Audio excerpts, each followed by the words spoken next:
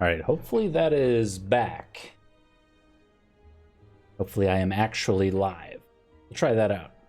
I have a little bit of issue with OBS. I don't know. I turned it off and back on again. It seems to be working great. How you fix most things. It's just like me. Every single night I turn myself off by going to sleep and turn myself back on. And I feel better about that. Testing out some things. It's me.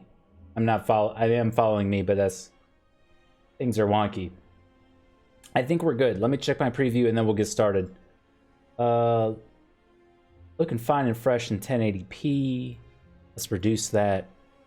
Oh, not quite as sharp in 360, but it'll have to do. Welcome everybody. It's a little bit later than I'd typically like to get started with the Slay the Spire stream, so let's jump right in. Business as usual. We're doing what we do best. We're doing what we know how to do best, and that's kill some heart. I can't remember where we left off last time. That's the one thing. So we're gonna just start off with the Ironclad. I guess I could choose. What do I feel like playing? I think I feel like playing the Silent. Had some bad runs on the Silent recently, so I'd like to have a nice redemption arc. Come back to and get something nice. Oh, we're taking it easy tonight. If the Guardian is our first boss, we check our paths. Anything good? A decent 3 elite path, but it is through a flaming elite. Possible that a rare card could be what we need to get through that. Could also take enemies in your next 3 combats, have 1 HP, and potentially snipe an elite here.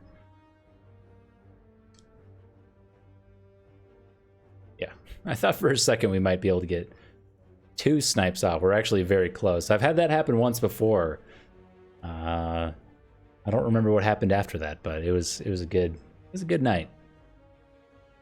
Late shops maybe over here. I'm kind of looking to this left path though.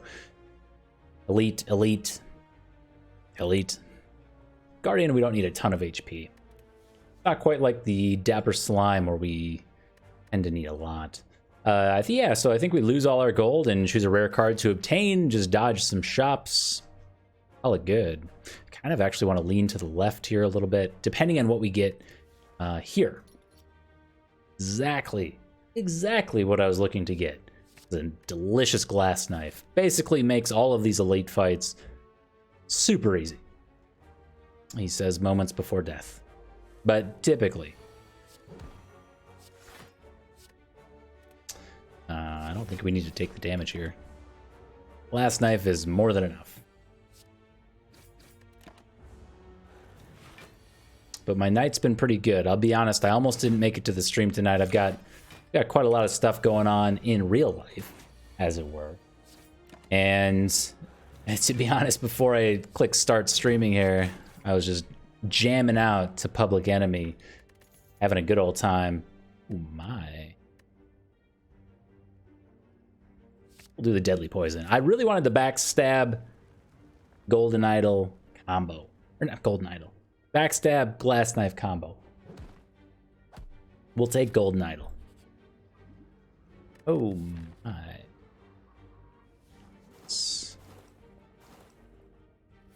Excellent.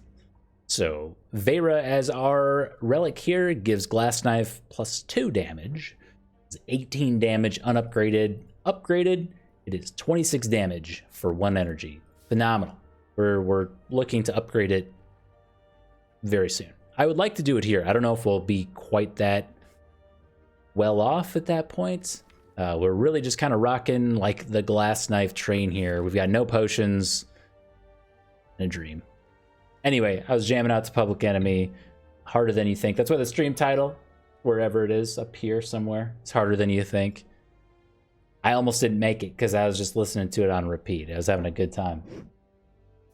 Anyway, that's my night. And yeah, I got stuff and things going on in real life. Man, the +1 damage coming through. It didn't really make the difference there, but you know, I like to think it did. We got a meme stab, backflip, and another deadly poison. We'll do the backflip for a little bit of cycle. I do like the 2 deadly poisons going into like the Lagavulin fight, but of course we're not guaranteed to get that at first.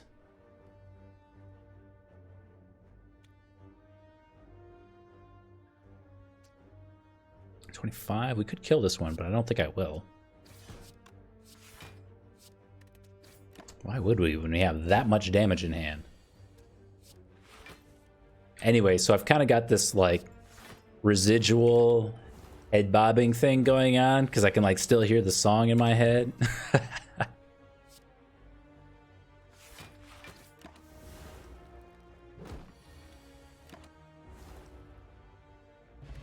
But that's fine. We're here now with the Slay the Spire music, which it's head bobby, I guess. I guess it's something. It's banging.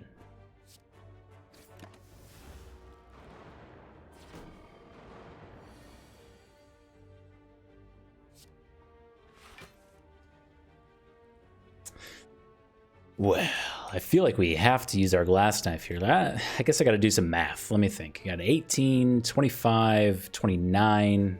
So we can kill one with the explosive potion.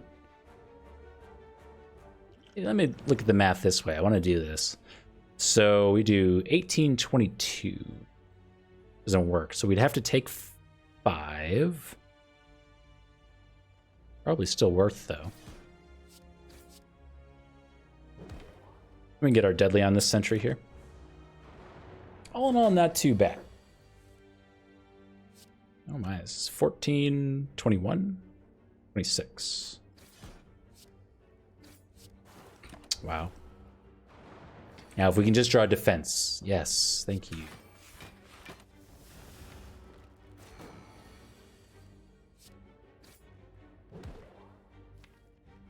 Oh, don't make me take 10 damage here.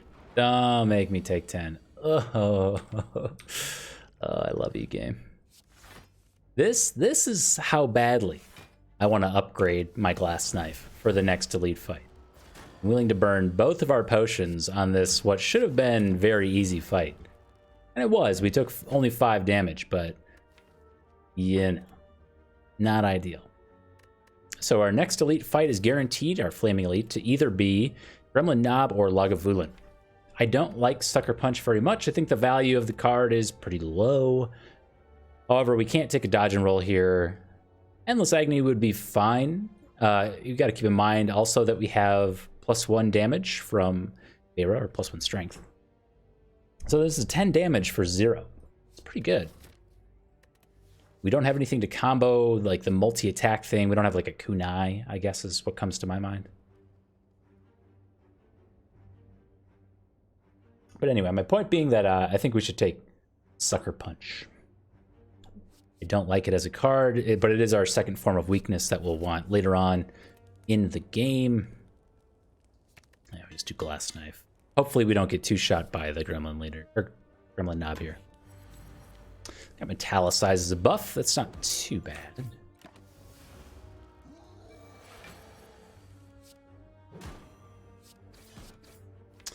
And we die?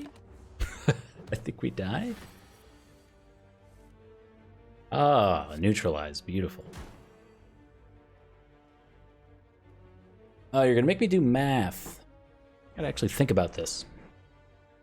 So we can Deadly Poison Strike.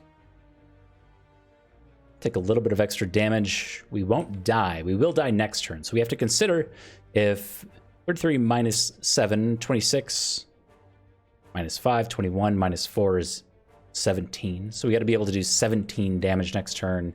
I think there's very good odds of that. So that was a mistake, actually. I should have... Oh, we have to do 21 damage. Should have blocked there, knowing that we were going to have to kill him this turn anyway. Should have a little bit, like 2 more, 3 more HP, something like that.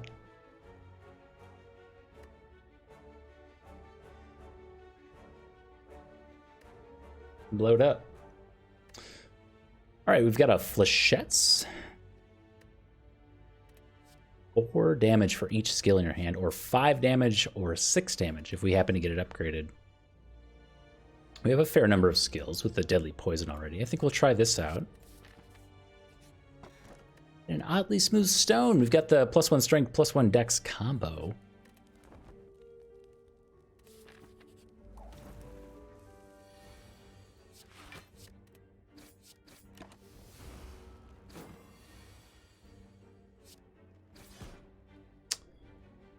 Don't have you, do we? No, we don't. That's too bad.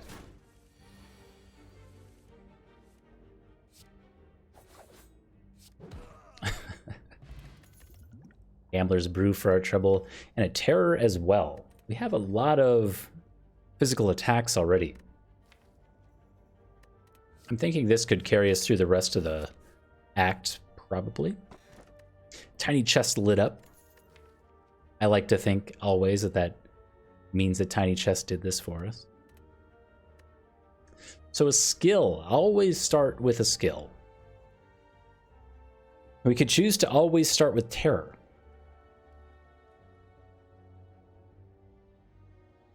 I don't think that's very good.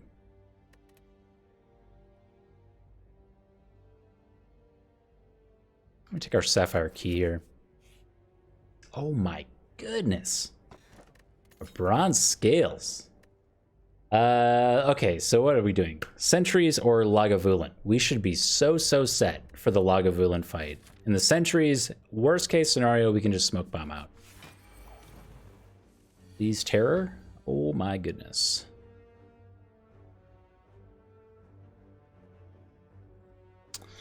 So I have to think about this briefly.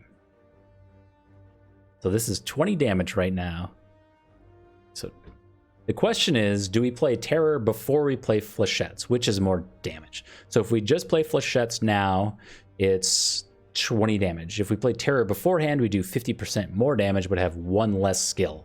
So it's going to be 5 times 3 or 15 or 22 damage. So it's actually more if we do the Terror right now. Then we also have a decent chance to draw one of our forms of weakness for next turn. I think this is just good. Solid open. Half HP. That glass knife is so dirty. No weakness. So we might actually, I don't want to say we won't make it through this turn, but it's way closer than I'd like it to be. We just try to block for the full 15. Kill him next turn. Oh my. Molten egg and a flex potion. Gross. So good. The dodge and roll with even +1 dexterity is significantly better. It's 1 energy for 5 block total or 14 block total. Like that right now. And I'm going to take the flex potion into our guardian fight just in case. I'm going to rest twice this act, which feels just so wrong, considering we started with glass knife. 2 skills, huh?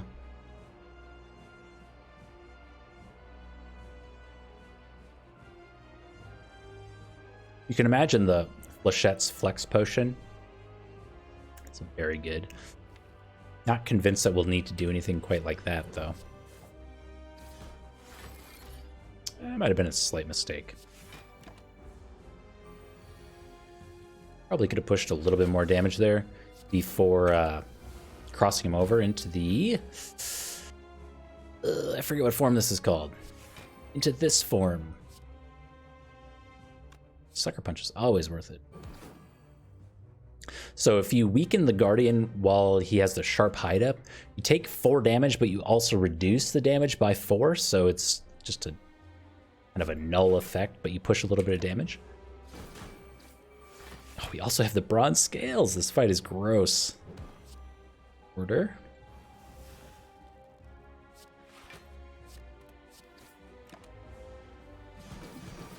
I mean, usually I would say that either a Noxious Fumes or a Caltrops would be enough to win the Guardian fight on its own, so we kind of have that going on. What am I sipping on? It's from a local brewery.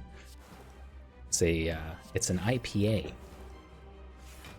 I wasn't a big fan of IPAs for a while. I just kind of got burnt out on them because I felt like every microbrew everywhere had their own IPA. But I'll say that I'm slightly back on the train for now. Oh. This is not quite the same.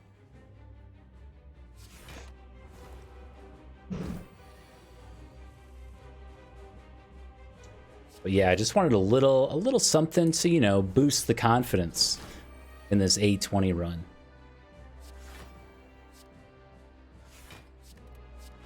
I've found in the past by having anything like that by your side tends to lead to more mistakes, but we'll find out. It's gonna be confidence or mistakes. Definitely not both.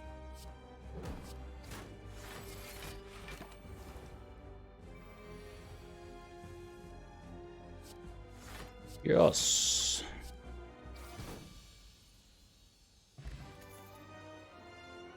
Okay.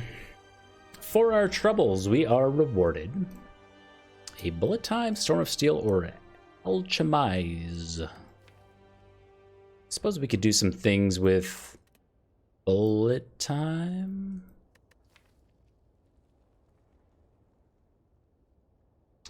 Don't really love any of these, to be honest. Maybe with Centennial Puzzle and Ring of the Snake, bullet time makes sense. I think I'm willing to invest early. Oh, especially with a Runic Pyramid. We don't have any energy relics to choose from here. The only real downside to Runic Pyramid now is that A, we're on 3 energy, and it's tough to dump our hand, but we have a means to do that.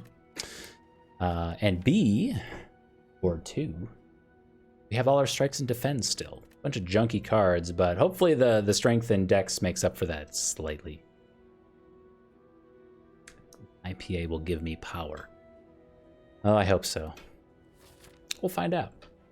The first act went okay, honestly. We ended up resting twice, but we did get our emerald key out of it, so that's something. Oh, we have our emerald and sapphire key out of it. Let's see. So we've got 448 gold in a dream. No area of effect spells right now, so a lot of these second act elites are medium spook factor right now. I think we have a good amount of damage to deal with most of them in having terror now. I think the Slaver's fight in particular is maximum spook factor, but the glass knife at 26 damage, like almost one-shots one of the Slavers right off the bat. So I think it's safe to go for him.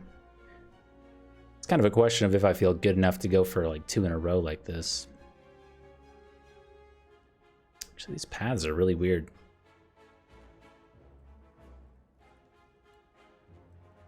These are really weird. We've got like 3 elites off to the left here and all combat. Or we've got this ultra safe path through here with 2 campfires, elite 2 campfires, which I like a lot. We have quite a lot of stuff to upgrade. Getting bullet time upgraded so we can do our backflip bullet time combo would be nice. Also, flechettes is a lot of extra damage. We need to get our neutralize up for 2 week, and terror is going to allow us to play it pretty much whenever we want. Though I think terror is lower on the list because of the bullet time. Our boss is the collector. So I think we need a little bit of scaling. And I would like to get scaling in the form of noxious fumes, but that's just a personal favorite.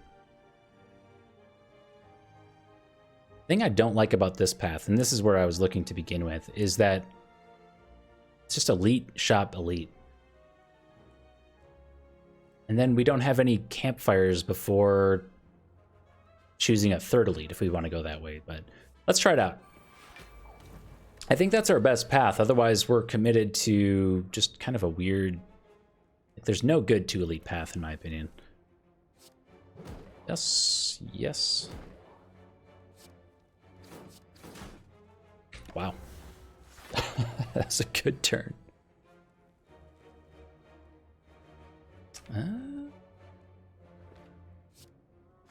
actually like this. So we'll carry over a little bit of block. We'll be made frail. Oh, I was really hoping we get the bullet time there. Okay. We have a super good flechettes, though. This is 30 damage, 40, 45. So if we deadly poison, terror, flechettes, we don't quite get the kill. It's very close, though.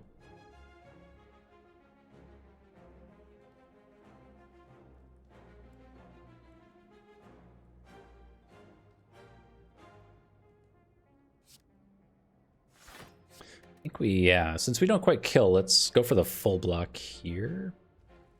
Cannot. Oh, we can, but I don't want to.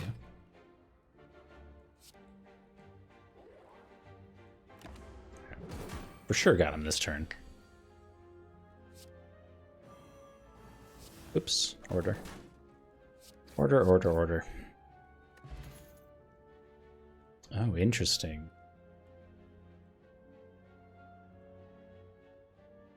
So this is one of the few instances where I think Riddle with Holes is interesting, is when it's a 2-cost card for 25 damage.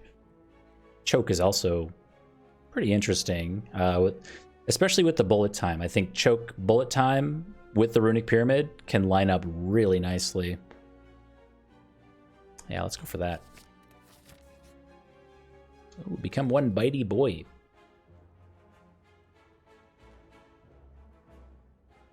So this is an interesting event. Important to note, we have the Molten Egg. So if we take this event, all the bites come into our deck already upgraded. And additionally, because we have the Runic Pyramid, it's kind of like, let me see if can I see him upgraded? No. I think it's 9 damage, 3 heal. It's kind of like 9 damage, 2 block in a sense. We're using our health more as a resource, though we don't have a means to gain HP. Yeah, Flechettes was damn good last turn. It was 30 damage on its own. It's very good. I'm gonna try the bites. Taking a few risks here, but oh, it's 8 damage. Excuse me, 8 damage, 3 HP. Good bites.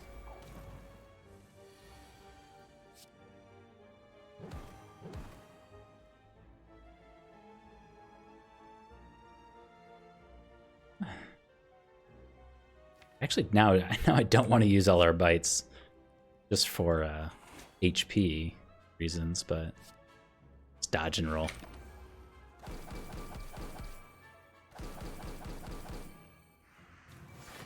So good. Having a hard time drawing our bullet time early. So this is a kill.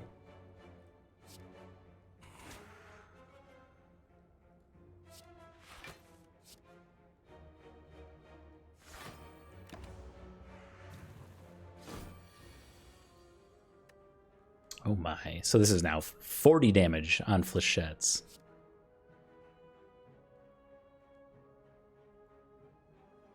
Yes. This isn't a kill, though. Yeah, because they're all halved, which is kind of disappointing. Like, you want that move to hit like 4 times, and then the bird falls, and then the remaining hits do full damage, but it's just not the way it ends up being. It's too bad. I need to block for 12 here. Let's get rid of some of this stuff. Oh, not even.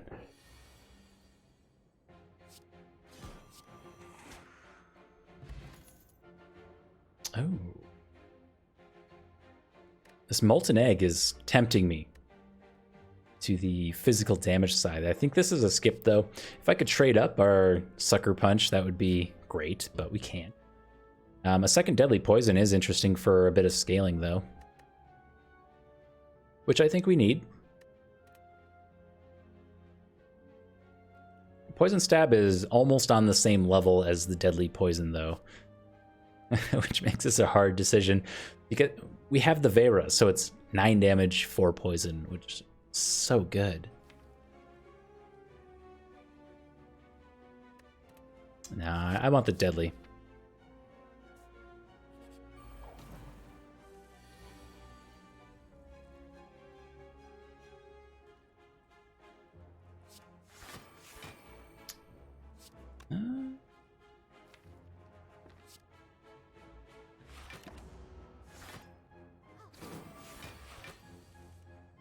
Ah, so close. It was almost a perfect bullet time hand, which we've had such a hard time drawing. I suppose I should be willing to trade up a little bit of HP. Oh, come on, bullet time. For damage here, knowing that we have all this extra healing in hand coming through eventually. Because this turn is so bad.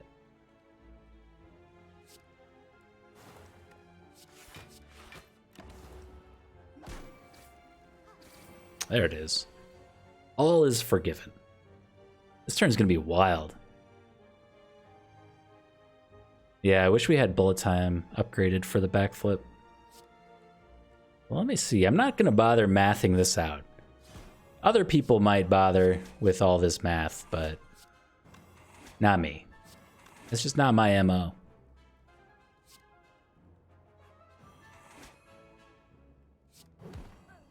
It's so good. It was so good. Another backflip.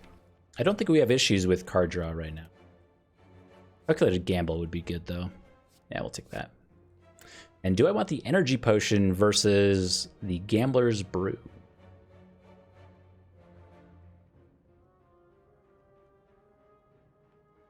I'm keeping the flex potion for flechettes. Just flechettes and glass knife. Yeah.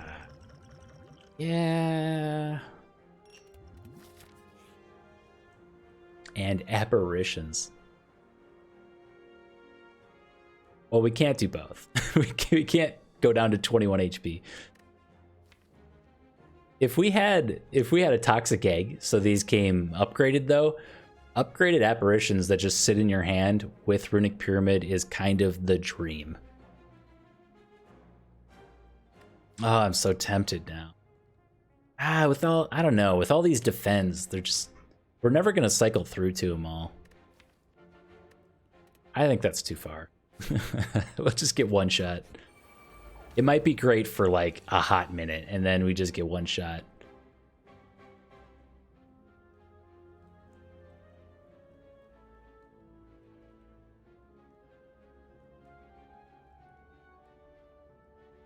$23, huh?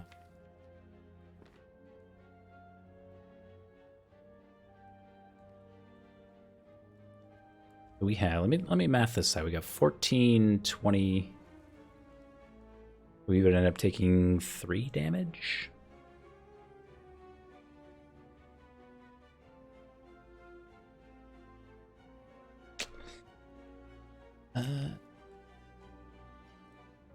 Yeah, I don't really want to use my calculated gamble right now. It's kind of what I'm stuck on.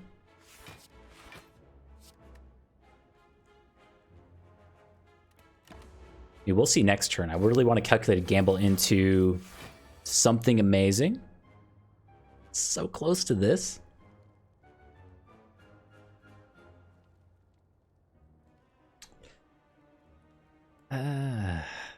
So let me think. 9, 18, 22. That sucks.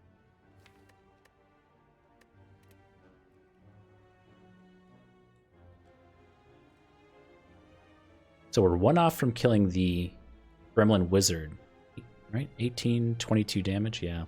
If we use the bullet time now.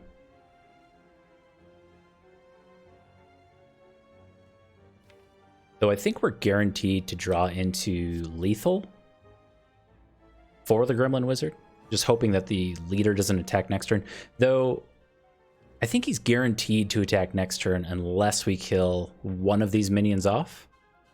I think that is true.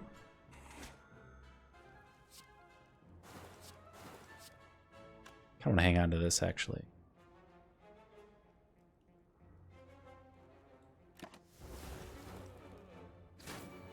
So, I know we killed the Gremlin leader, or wizard there, but I was hoping to apply both deadly poisons to the leader, which is kind of why my math seemed a little screwy there.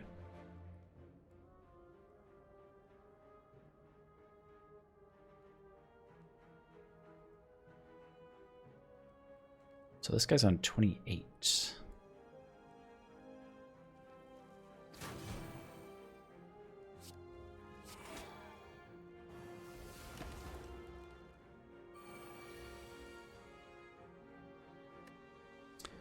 this does 35 damage.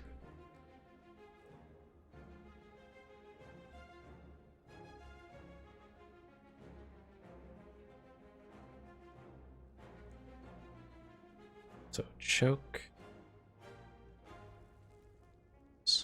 Wow, we have to choke that guy?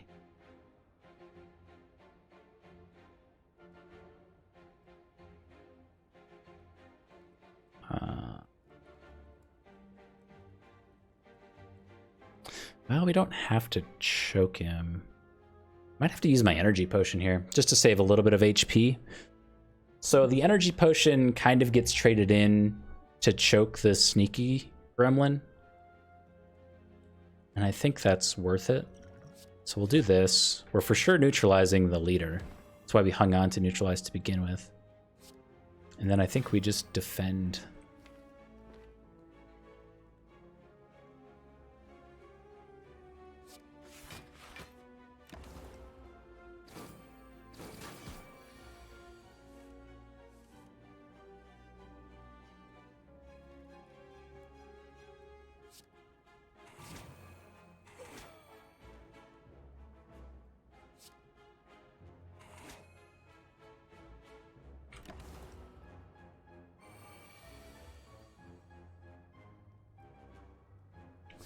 Much. It's 42 plus 36, which is 78. 84. That's it, right? Make sure I have that right. So 35, 42, 70. Wait, yeah. The IPA is not giving me the strength I need. Basic arithmetic. 42 plus 32, 74. 80 damage. 80 plus 12 is 92. Takes 1 poison. We are 1 off.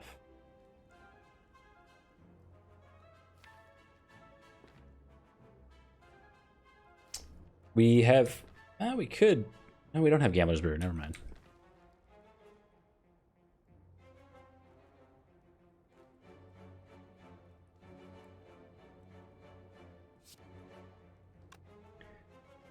Grown adult struggles with basic arithmetic. Tune in now. That is so much damage just to pass up, though. Ugh. Have to do it. We could have used our flex potion, but I'm getting a little bit greedy about it, and I want to hang on to it. We do this.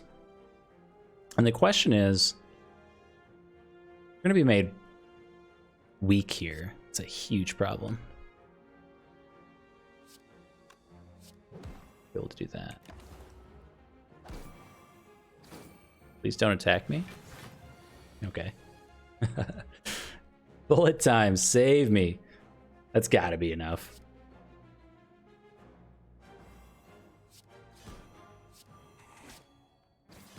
Yeah, okay. Almost full HP, that was a good fight. We got a turnip for our troubles. We can no longer become frail. Skill potion and upgraded well-laid plans. We'll take the prepared for a little bit of discard. 542 gold coins. Some interesting stuff. How many powers do we have? No powers.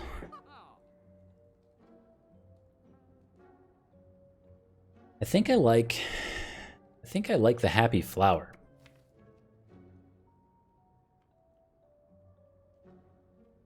I do like the happy flower.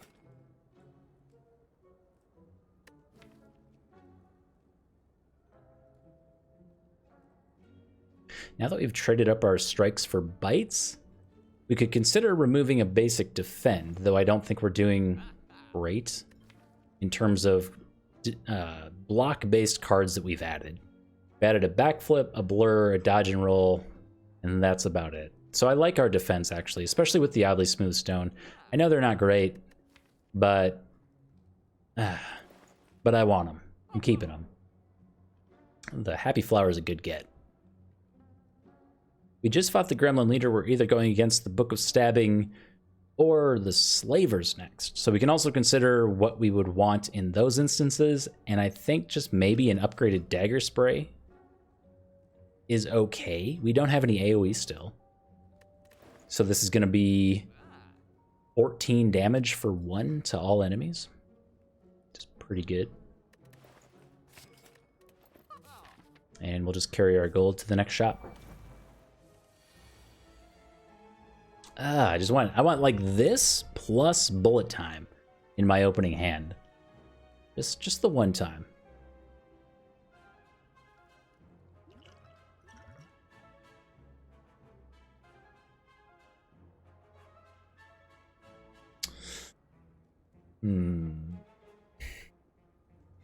We have to take the terror here.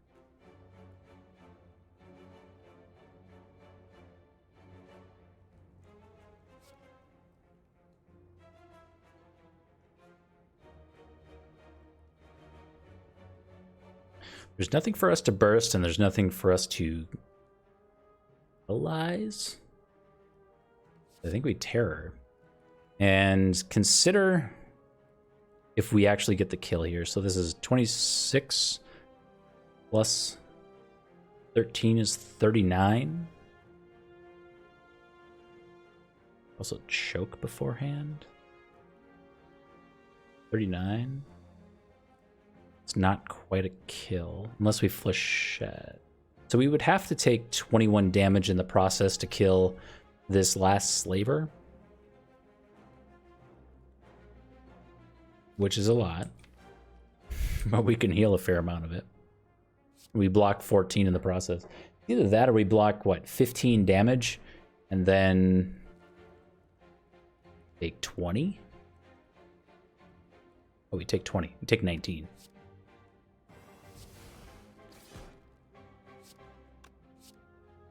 Oh, never mind. This is perfect. Good. Ditch that. Good turn. Now we can just bite our way to victory.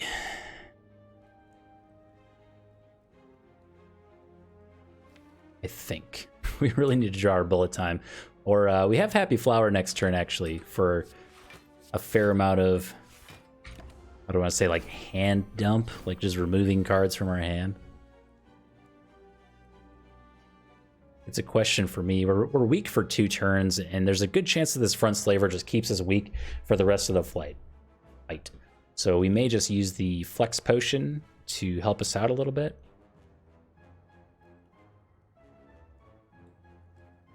Or do we?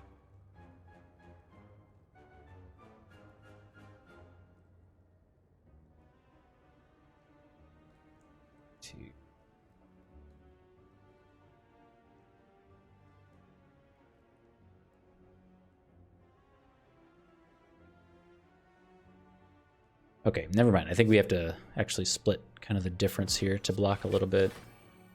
Block 12, taking 18.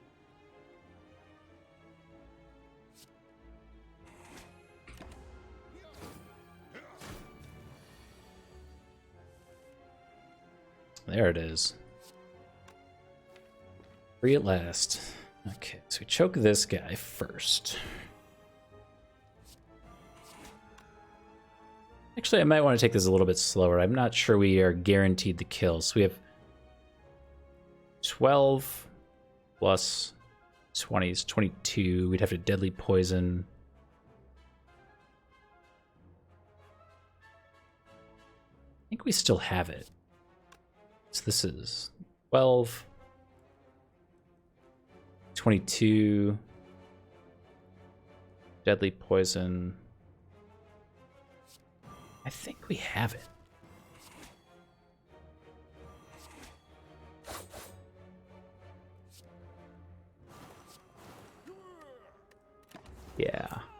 wasn't too bad. So we took like 5 damage, I think, in all. We got a boot for our troubles. The Nightmare Runic Pyramid Dream. Do we have anything to Nightmare? Not really.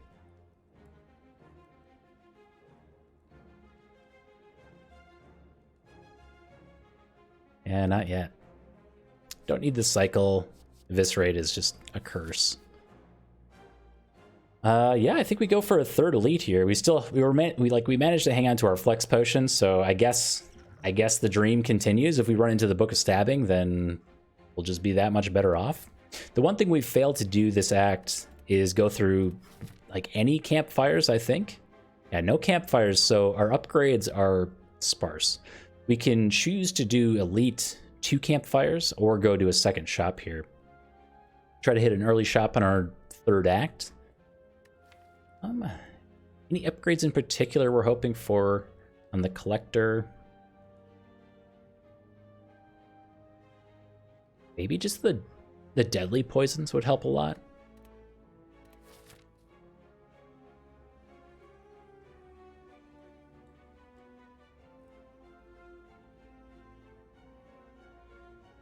I think I like going for the upgrades. Oh my. Got a paper crane from this chest. Enemies with weak deal 40% less damage rather than 25. Hands down, one of the best relics in the game. Not even close. Well, it's still up for debate, but I think many people would agree that the paper crane is very, very high up there in terms of defense-based relics. Super good. One of my favorite combos is like the paper crane plus crippling cloud, so you apply weak to all enemies, and it ends up being a tremendous amount of block. Yeah, let's just keep going for elites here. The deck has only gotten better. Yeah, delicious.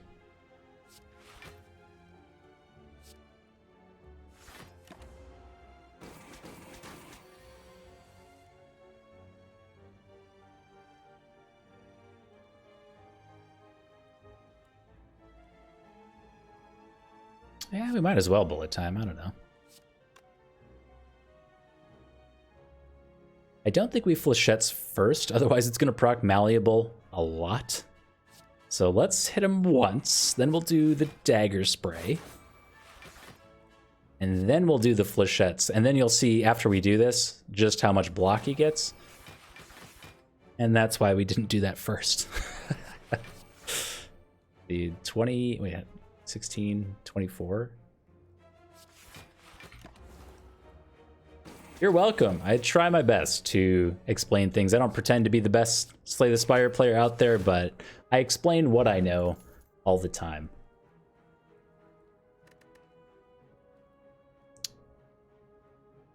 Interesting.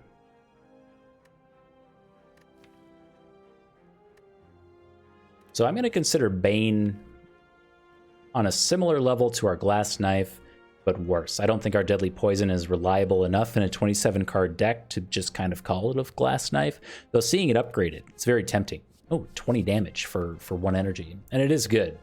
I think if we had a Noxious Fumes, I would for sure pick this up going into our Collector fight. The Noxious Fumes is going to apply poison to all the enemies, and our struggle in this fight is going to be killing the little minions and keeping them down. Again, it's a lack of area of effect damage. And kind of by proxy, the Bane would help with that. Dash is, however, appealing. It's just good. It's block, it's damage. It's 14 block, 14 damage because we have the Vera. It's oddly smooth stone. I like it a lot. I think if you chop those values in half, 1 energy for 7 block, 7 damage, it's, you know, it's basically an upgraded strike defend in 1 per, and if you take it on like a per energy valuation base, kind of. Anyway, that's where my head's at. The Gremlin Leader, round 2.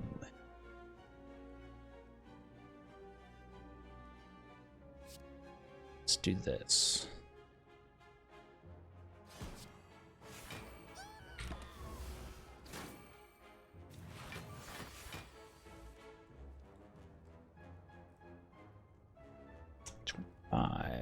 This guy at. We don't have any weak in our hand. Let's maybe draw for it first. Let's see what we get. Their bite.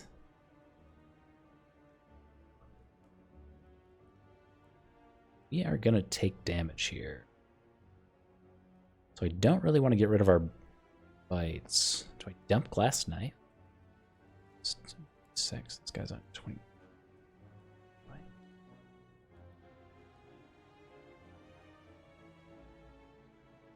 Full health right now, so the bites don't actually do anything yet. We never play all these defends. I think I'm gonna get rid of the defend. Playing on Xbox, dude. Ascension 2, you're on the up and up. I forget how many hours I have in Slay the Spire now. I'm gonna look it up. I'm curious. 421. So after probably roughly 400 hours, I hit Ascension 20 on all the characters. I don't think it takes that long for most people, but it's how long it took for me. Oh, the boots. So the boot, I never think about the boot because it's so bad.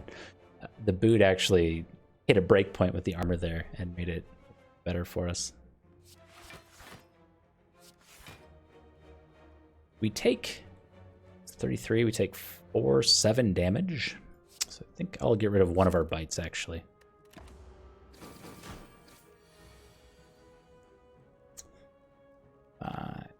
And I really want our terror. So deadly poisons are, I'm going to say, better than our bites in this instance. We can use the bites to more effectively kill the minions and get our HP back. Yeah, this is a good turn for us. So this front Bat Goblin dies with 2 bites. We're almost full HP. Then we just defend.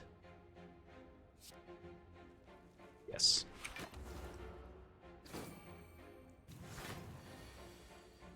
Oh my. No bullet time. That really sucks. We get no, because we don't have enough energy. Oh, we have 4 energy. So we could... Can we do this? We can do this. Yes, because of Happy Flower, we can play our whole hand with bullet time. Bad hands. Welcome to the channel. Ascension 17. So I would argue that the game is probably the most fun up until Ascension 15. You'll see people who stream Slay the Spire a lot do Ascension 15 runs because, like you said, from 17 up, the game just gets kind of mean. Like 17, 18, 19, the game gets exponentially more difficult. And I think in Ascension 15, just a few more things, more builds, play styles actually work. So because we're on 4 energy, we can play our 0-cost card and do our backflip to draw our bullet time. Delicious. Now we math. We do this. The boot will proc. Thanks, boot. This guy's on 17.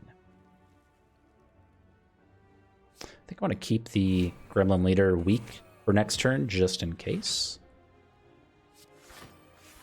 Yet to play Calculated Gamble. I don't think it was a bad card to take. We've yet to see it actually do anything, though, which feels bad.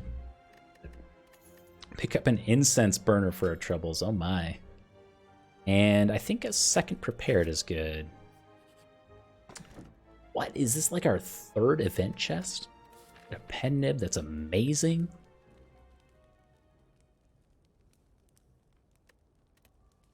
I'm gonna smith here. Thinking it's either the bullet time or like the neutralize.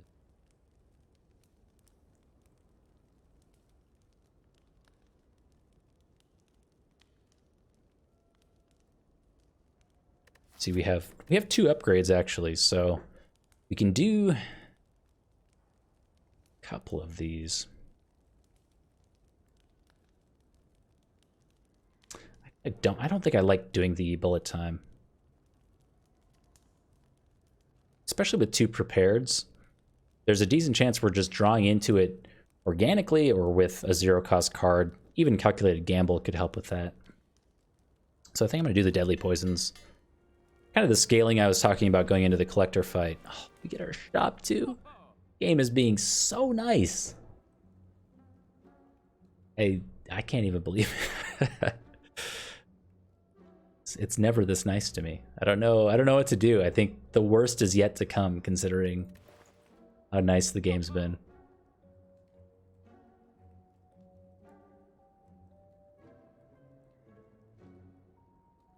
So this is an interesting shop.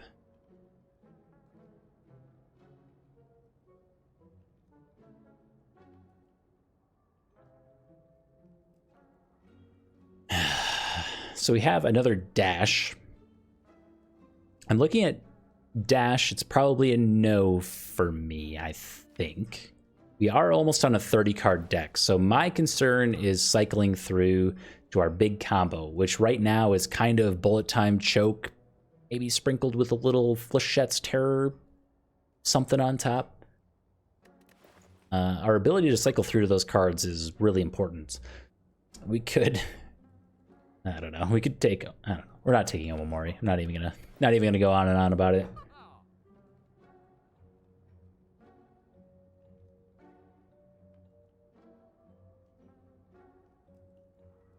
Yeah, I think this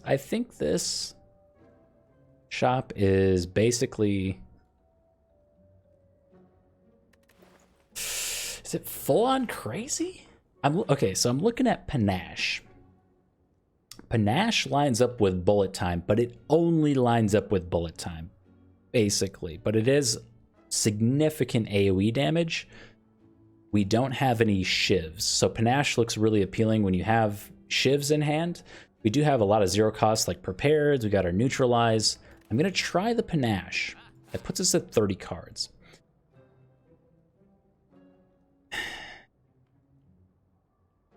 And I think it's a Concentrate.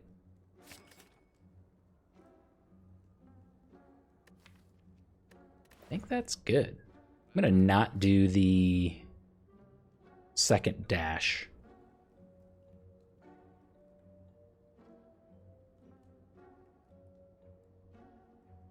I think we're good now. I thought about removing one of our defends. I'd kind of talked about that earlier. Concentrate plus. You'll find that if you're in one of the rare situations where you do end up taking... Oh, it's so good. Or you do end up taking Concentrate or end up with Concentrate, that discarding 3 cards for 2 energy versus 2, especially with something like Runic Pyramid, makes a massive, massive difference. I think we'll reduce our hand size to 5.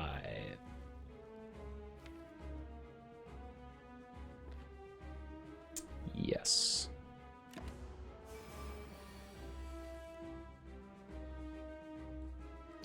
Unfortunately, no Panache yet.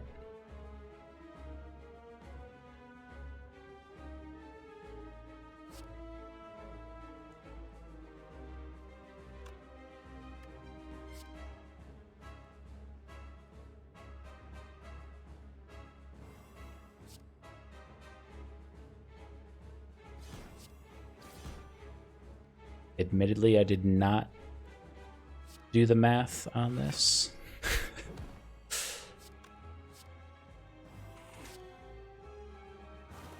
Shouldn't be surprising if you've been watching for a little while.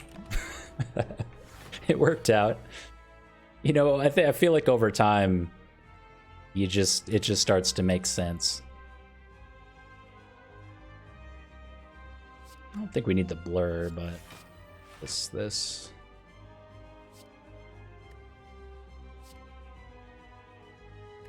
Good here.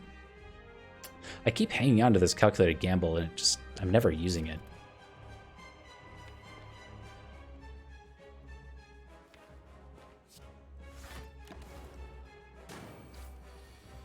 There it is. Our Centennial Puzzle proc. I should have probably factored that in.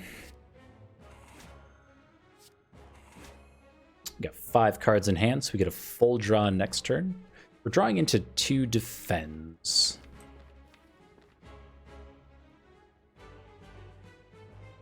I think we're good. I'm gonna hang on to the prepared, especially because we have Panache up now, and those are free 2-cost cards.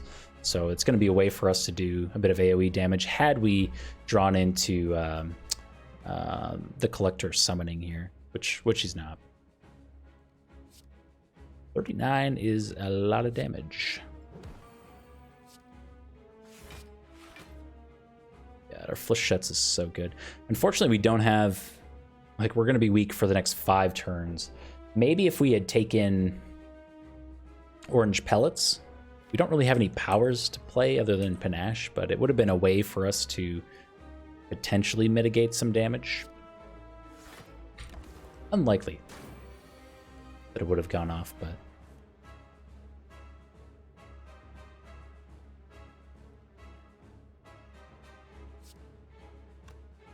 Yes. Oh my. 77 damage on that pen nib.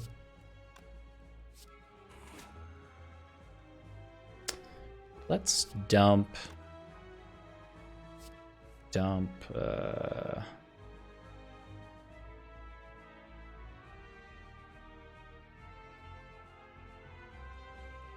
defend.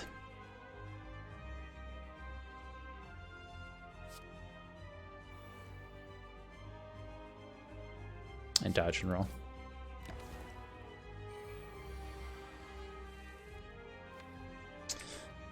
No bullet time this time around to carry us. It is a very good turn though, so we're going to be doing 5 damage to all after 5 cards, which we can absolutely do. So let's try to keep that in mind. This card. Stuff.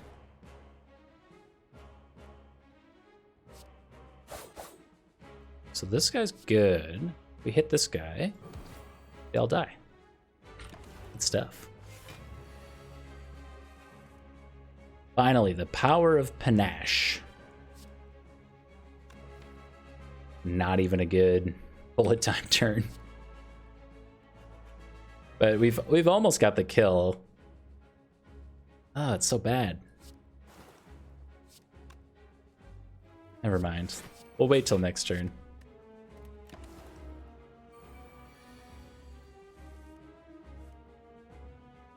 This has got to be it. Still weak for one more turn, but I think we have it.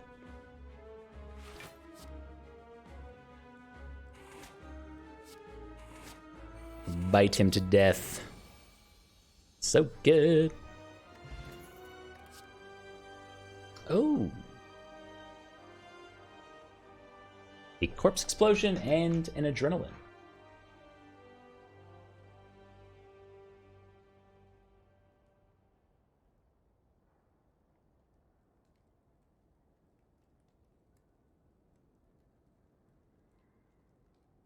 Up my snap.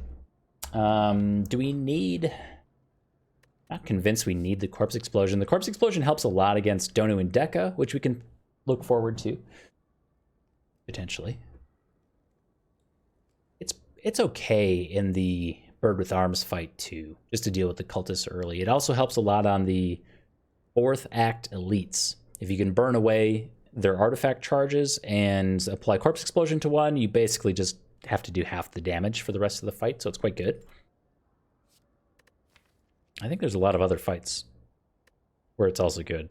General floor fights, I mean. Adrenaline is always good, which is why there's any hesitation whatsoever. Adrenaline is just adrenaline. It's free, it's great. Rocks with Panache. I think we're going to take Corpse Explosion. And instead of the regen potion, we're going to do the block potion. Again, we're healing all the time. Oh, interesting. Interesting. These choices are terrible. They're so bad.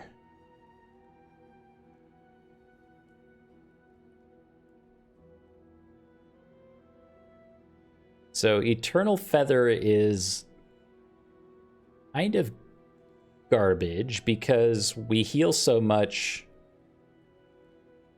that I doubt it's ever good. Ring of the Serpent draws us 1 extra card every turn, but as you've seen, it's difficult for us to even like play up to 5 cards. We do have some discard mechanics. Maybe that's okay. I think one of the things that's really challenging with Ring of the Serpent early on to wrap your mind around is it's presented as a net benefit always to Ring of the Snake. Ring of the Snake says at the start of each combat, draw 2 additional cards. And then it's presented in a boss chest like, oh, we'll just always draw 1 additional card. What you have to consider is that Ring of the Serpent is only net better than Ring of the Snake after turn 3. Turn 1, it's 1 less card. Turn 2, it's the same. Turn 3, you've now drawn 1 additional card. So it's not always good. Ring of the Snake is exceptionally good. And Runic Dome, gain energy at the start of your turn. You can no longer see enemy intents. You could argue that we don't really care what the enemy intent is, though I don't think this deck is defense heavy enough to deal with that. We haven't picked up any Piercing Wails for the Heart fight, so we won't know. Well, hopefully we pick some up. Once we pick up Piercing Wails, we can easily deal with the multi-attack turns, things like that. Yeah, Runic Dome is difficult to take. I like it a lot in like the Defect, Frost Orb decks, or maybe, hard maybe, in Ironclad decks, where again, it doesn't really matter what the enemy's doing. Whereas here, I feel like we're prepping for the turn where we can kind of go off. I don't think Runic Dome is takeable. Runic Feather, or Eternal Feather, might lead to some more upgrades for us. And Ring of the Serpent, I don't think is what we want. We're going to do Eternal Feather, though. I think in the beta branch, the Eternal Feather is no longer a boss relic. You can just pick it up elsewhere. So I think that's a nice change. It's not exceptionally powerful. Bird with Arms is our first boss. Why does your neutralized card look different, or my neutralized card look different than yours? I have the beta art on for this guy. I have it for a few that I especially like. I work in science, so I like the sciencey chemistry 1 look to neutralize. It's neutralizing the pH of the flask. And my sub icon is an Erlenmeyer flask, so see if I can there it is. So I've got the little Erlenmeyer flask as my sub icon, so I like it. Yeah, a lot of these I don't have on. Like this one's kind of fun. It's a frog doing a backflip, but yeah. So that's why. I actually had somebody in the other day who didn't really complain, but they were confused as to why I had any beta art on, because like you just experienced, it makes it more confusing for newer players because you don't know what, like, you know what the cards are based off of the art more so than the name of them. It's harder to read the names when you're watching a stream. I think you unlock the art. Is it by beating the heart? It might be by beating the heart on the characters. I think so. Every time you beat the heart, it's like a bug. Every time you beat the heart from now until forever, it always says you've unlocked the beta card art after you beat the heart. So I think I'm remembering that correctly. But it doesn't have to be on Ascension 20. You can beat the heart on any Ascension, even 0, and still get the art unlocked, if I'm remembering that correctly. So this act, we've already got our Emerald key piece for the heart. So we don't our path is not predetermined. We don't have to go fight the Flaming Elite here. You'll never beat the heart. You will beat the heart. Trust me. It's not as bad. I think it only looks especially difficult when you watch people stream Ascension 20 heart runs, because it just seems more complicated than it actually is to get to the heart and beat it on Ascension 20. Yeah, I would take a look. I bet you do. Since you're playing on Xbox, there might also be a difference there. I never remember. The console versions are like all over the place. They're not as finely upgraded or updated as they are on PC. So there is a 4 elite path here, which is just juicy. So our elites this fight: the Giant Head, one floaty boy, the Nemesis, and then the Reptomancer, Snake Girl. I think the Reptomancer is scary for us because of our lack of AoE, but our deck is so strong. I feel pretty good going for 4 elites. There's a lot of branching paths too, where we can duck away and not be stuck doing that. Especially with like Incense Burner, Paper Crane, Pen Nib. There's so many good combos we have. So we're gonna start here. Oh.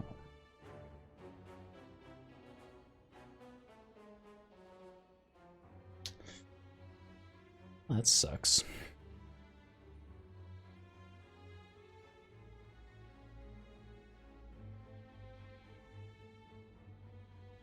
Wait, no, we have it. Okay, never mind.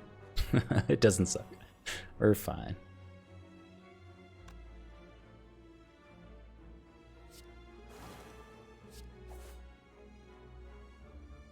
Oh, my order was so bad. I used Deadly Poison, or Corpse Explosion, which was a skill before using my flechettes. Bad, bad, bad. Oh, deflect. We have 32 cards already. I'm kind of hesitant to keep adding cards here, but deflect is a 0-cost block card, which is especially good when you have Runic Pyramid and 3 energy. You can just kind of play it on demand. All right. Convinced myself. Oh.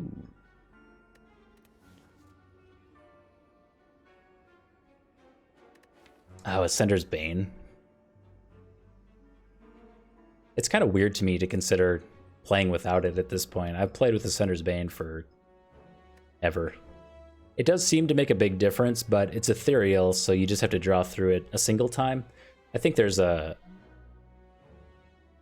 certain level that you pass where you get more accustomed to discarding it and getting rid of it. There's a thing in my mind that kind of got stuck where you want to keep it in your hand so it goes away, but not all the time. This is a really interesting choice. I think we paid $271 for the red mask. The red mask, you can see on the left here, at the start of each combat, apply 1 week to all enemies. You'll remember that we have the Paper Crane, and we're feeling ambitious about 4 elites here, and this can help out quite a lot. It also removes 1 charge of artifact from the Donu and Deca fight and the Act 4 elites, which have 2 artifact at the start of combat. So it gets us to the point where we can actually use our Corpse Explosion. I think we do it. It's a good get. Another chest. A whetstone. Maybe the best upgrades we could have asked for at this point. Oh wait, we've had Molten Egg forever. Never mind. Most of our attacks were already upgraded. So we got Neutralize upgraded, exceptional, and Flechettes for +2 damage per skill. So, oh my god. Well, this is useless, but we got Matryoshka. The next 2 boss chests you open contain 2 relics. This is tiny chest gone wild. 10% more likely to find treasure in your event rooms. I don't know, man. Oh, well. We're 5 off from a piercing whale? Brutal. You know, the good thing about Ascender's Bane. Ascender's Bane is a curse that is always in your deck. So if you happen to pick up Duvu Doll, it's always +1 strength. That's about it, as far as I can tell. It's as good as a Vera immediately. All right. So we're going into this elite fight. Our Incense Burner will be on 6, so we'll be intangible. Turn 1. Which is okay. Let's use our dodge and roll.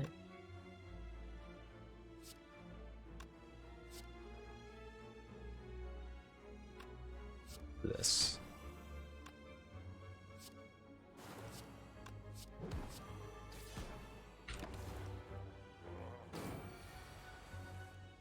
Seven whole damage.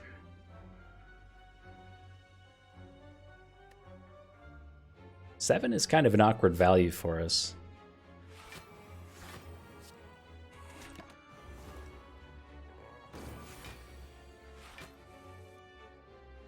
That is a good turn.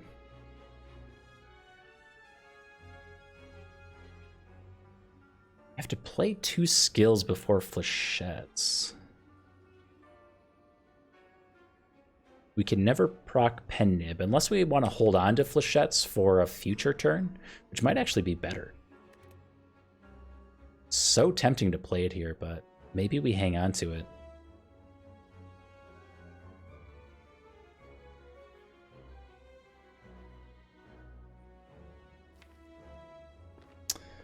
I think we do that. So I'm gonna discard. Okay. Discard defend. I'm gonna draw 2. No. Do this. Do this. Okay. I guess we can play Panache. Draw. I'm actually gonna hang on to defend here. We stack just one attack. That's kind of garbage. I'll do this.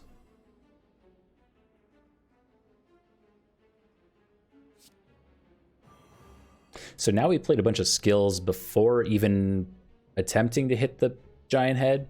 Cycled through as much as we could. So he's already taking 50% more damage before we apply anything at all. We can go ahead and do our terror here, and then I want to consider our flechettes. That's a lot of damage.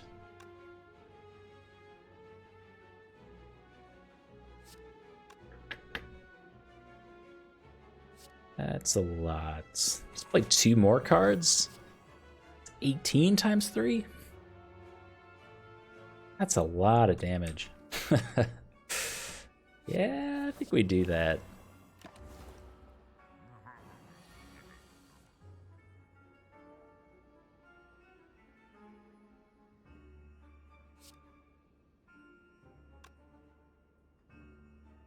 I want to do this. No, we choke first.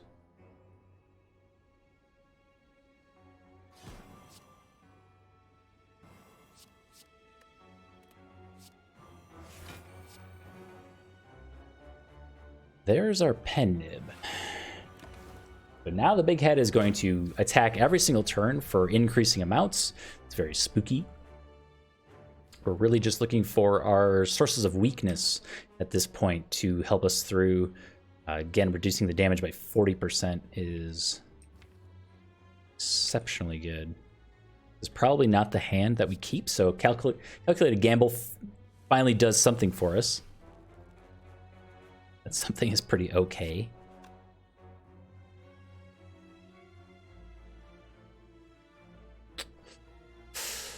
This hand sucks too. What are you trying to draw into? I don't even know. Something better than this.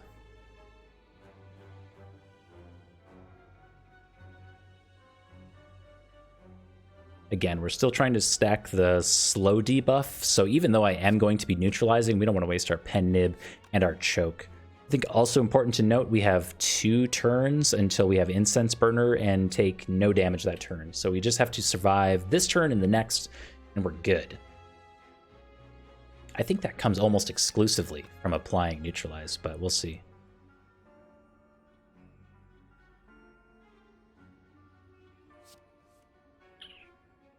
Good card.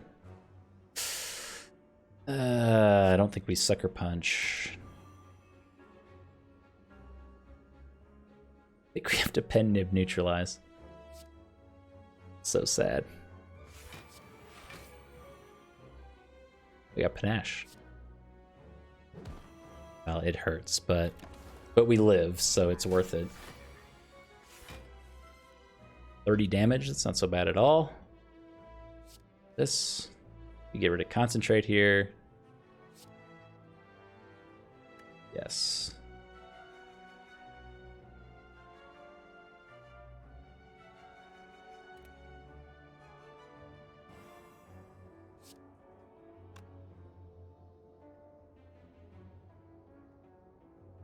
I think we flechettes after bullet time here. We could do it before. We'd lose a single skill, so it goes to 7 times 3.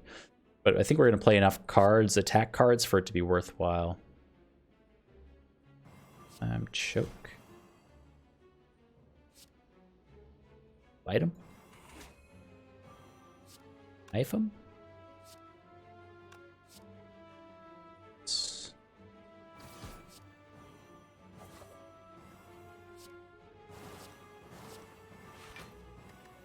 Yeah, it kind of sucks. Hopefully we draw some bites this turn. Yeah, I mean, technically. We did draw some bites. More bites? No bites.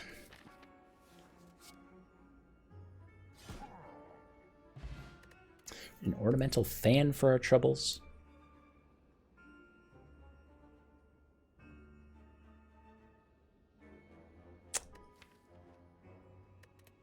I think we're on 33 cards. I don't think we do any of that.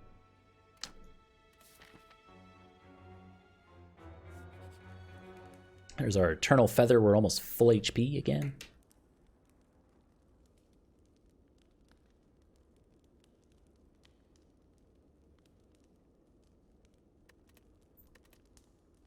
I'm thinking...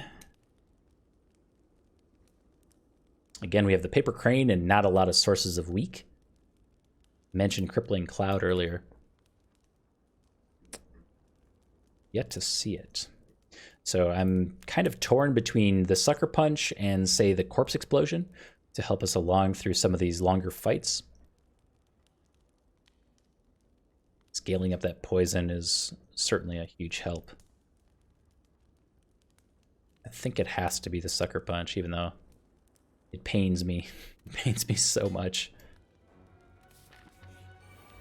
Elite number 2.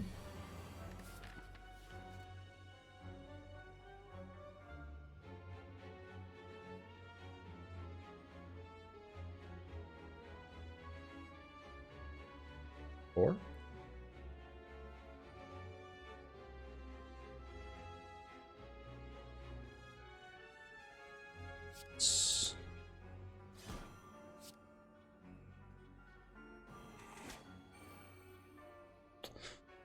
And Niva. Now I don't really want to neutralize at all. So this is... Deadly Poison is 9 damage over 2 turns to this dagger.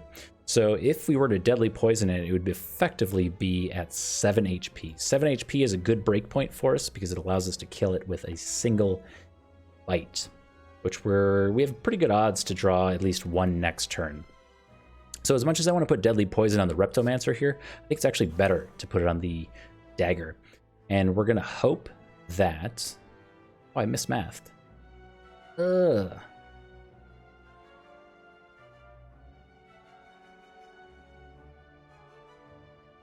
I forgot to block. That's fine. We'll take 5. We're planning on biting this turn anyway. That is a beautiful hand. Well, it's not that good, but it's pretty good. We need to draw some block.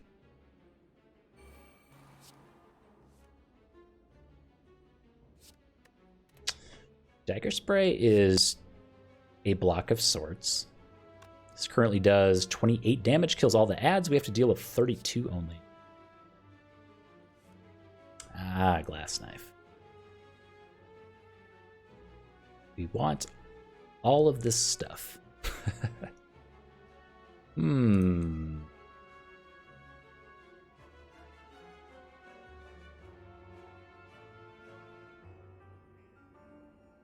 I get rid of the blur here?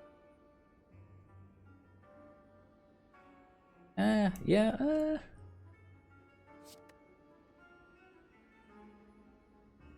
realize how this looks. Little crazy.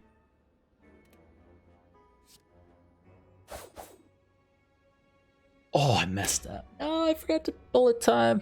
It's fine. It doesn't really matter. Bullet time will be good next turn. It really doesn't matter.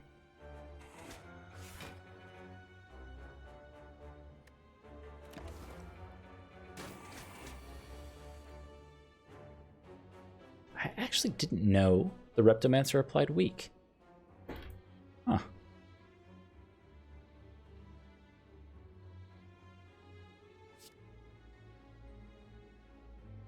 I think this is good enough. Yeah. I want to get this poison down, especially.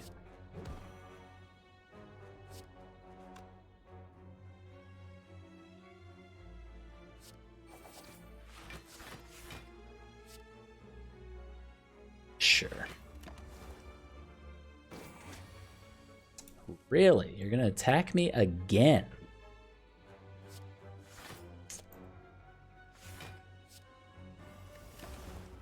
Order. Summon? She will not summon. What is this? What is this refusal? The absolute madness. So she's on 18 HP. Yeah, we got her. Make sure we get our health in here. It was goofy. What was she doing? An escape plan, a bouncing flask. And another prepared. Definitely not no on the prepared. Bouncing flask helps so slightly with stacking our poison. I feel like it's too late though.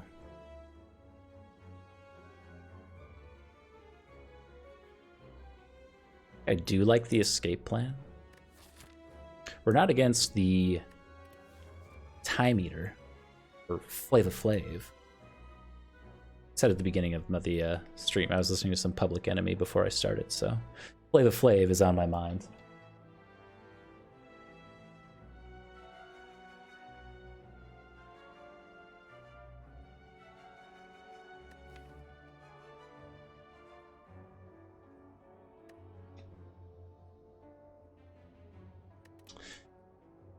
Yeah, we'll do this. Dex potion over block and flex. We do want the Dex potion against like the heart, and we have not needed our potions. We've been holding on to this flex potion absolutely forever. But I still want it. It's still good. It's gonna be good. You'll see. Eventually, there will be this magical moment where it does exactly what I've wanted it to do this whole time. Oh my goodness. Get an anchor. Start each combat with 10 block, 54 gold, and a preserved insect. Enemies in elite combats have 25% less HP. Little late. Better late than never. So this is one of my favorite relics in the game. Preserved insects. I always like to point out that if you think about it in terms of damage, imagine a card or a relic or anything like that that said instead deal 25% damage to all elites. And I think, at least for me, when I framed it that way in my mind, it made a lot more sense. It's phenomenal. So, so good. We get a tiny head.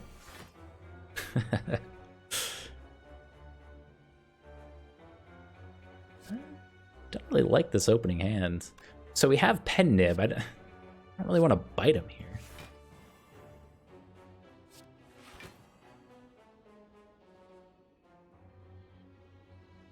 I think I'm gonna wait till next turn.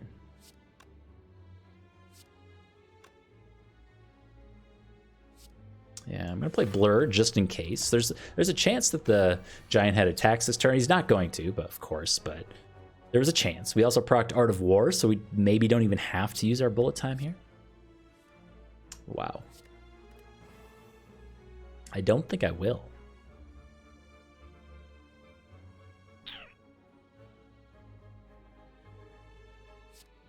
I'll just I'll use the pen nib. Just need to clear some space in our hand.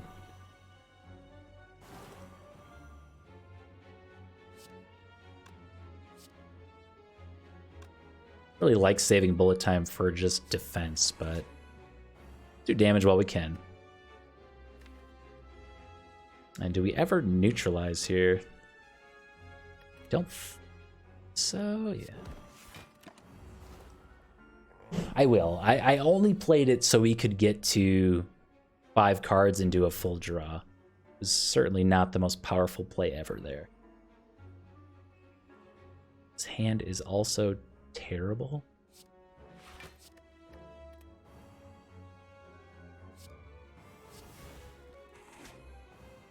Yikes.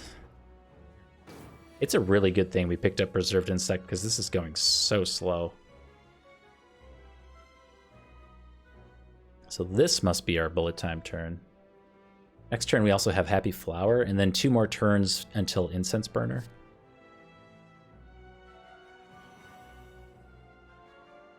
So let's do...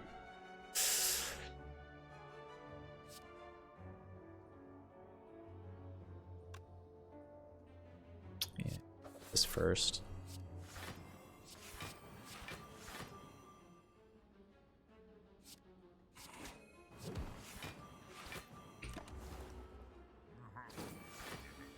Why am I still here?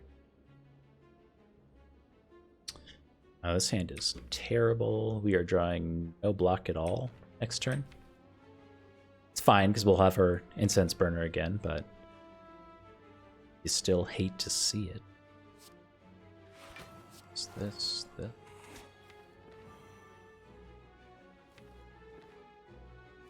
Okay.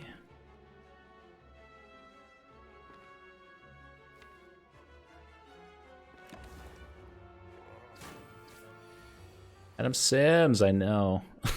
It's brutal. We'll be fine.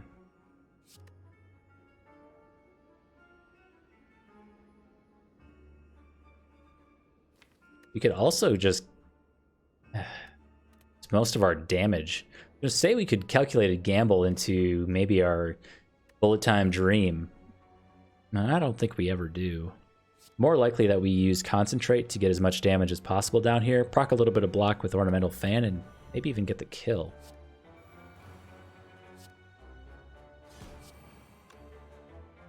Just don't even do that. So...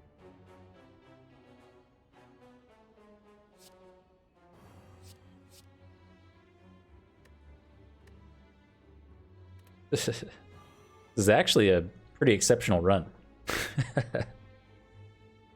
It's been going very well. I think you'll see. Maybe we should have hung on for a little while to gain some HP back with our bites, but we didn't, so here we are. Very nice. We'll pick up some decks finally for some scaling on our defensive cards. I don't think we have any reason for a Poison Potion. So that was our 3rd elite in a row with no resting in the 4th act here. You see we almost got the little button here, which is I think is the moment for me when I know a run is going so well, when you have a 2nd page of relics.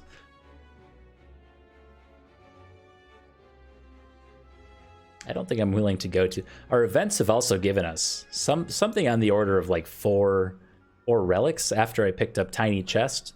So I'm gonna shout out to Tiny Chest here for doing some good work for us. I think this is fine. Yeah. Let's do this. 1, 3, 4. Don't really need to do that. I think I'm gonna wait on the bullet time. Probably for next turn.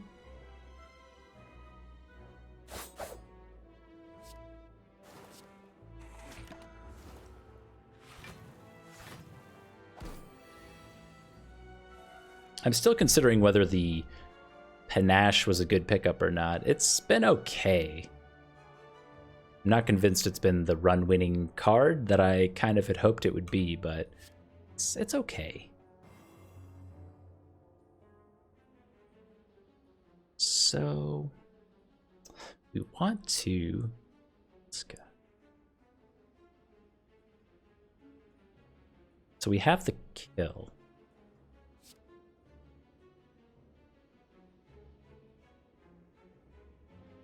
Does that work? Or does the poison have to kill them at the end of the turn? I don't remember. I'm gonna try this out. So if you have Corpse Explosion on one of the Darklings and it dies after you press end turn, the block goes away on these Darklings and the Corpse Explosion damage is then applied to their current health minus block. Never mind, we get there anyway. Disregard everything. I miss math. So there, you kind of see it. I thought we killed them before I pressed end turn for some reason. I just miss math. Disregard everything.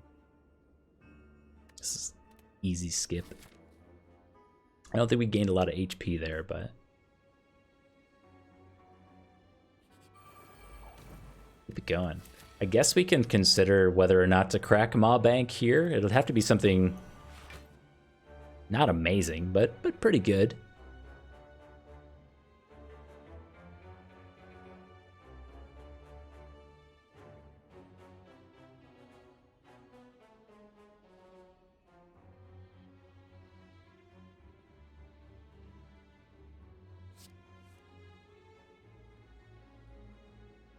Yeah, I think we do this. So this is 12-17.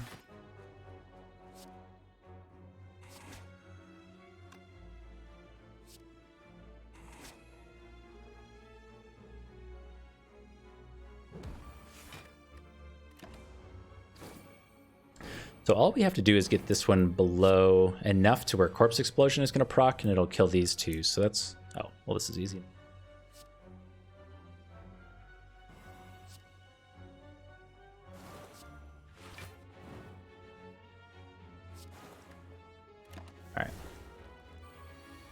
Now we're good.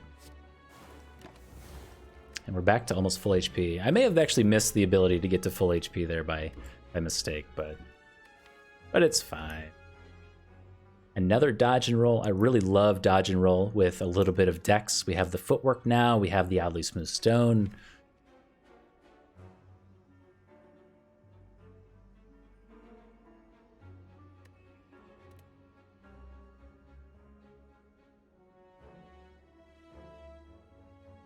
I have so many cards already. No. I'm gonna skip. Reptomancer, round 2. No pen nib this time. Guess we have Incense Burner on turn 1, which is something.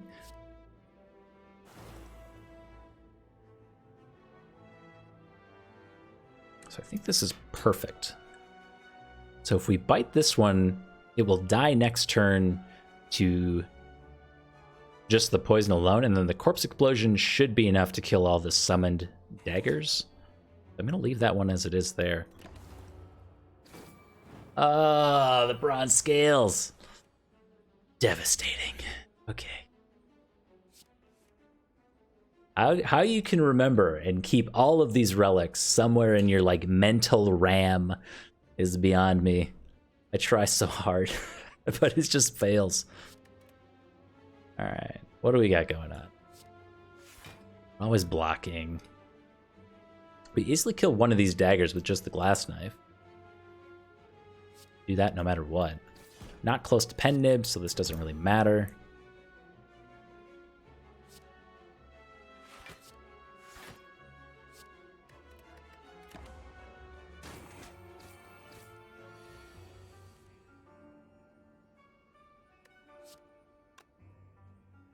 Do we I don't think we cycle escape plan here. I don't want to hang on to it for the flechettes next turn.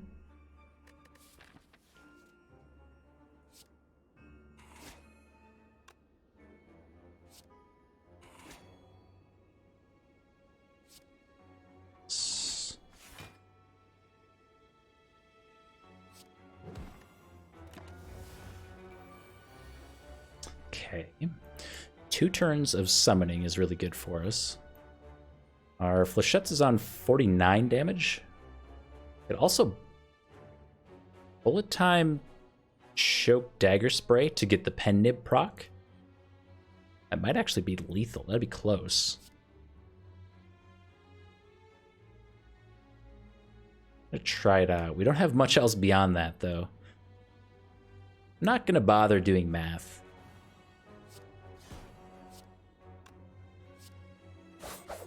Because we have to. Yeah, okay. That's why. What's the point? Pick up noxious fumes for our troubles.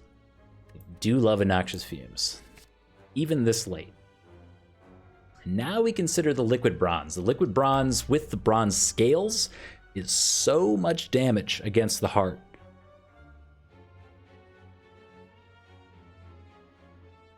Is it enough to get rid of the flex potion?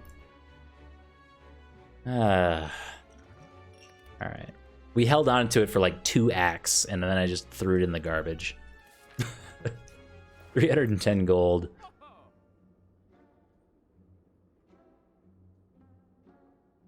Is interesting.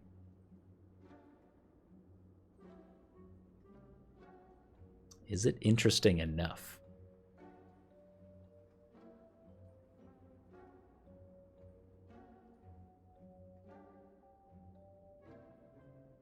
Oh, a lot of good things here. Sorry if that was loud. So, we have another bullet time.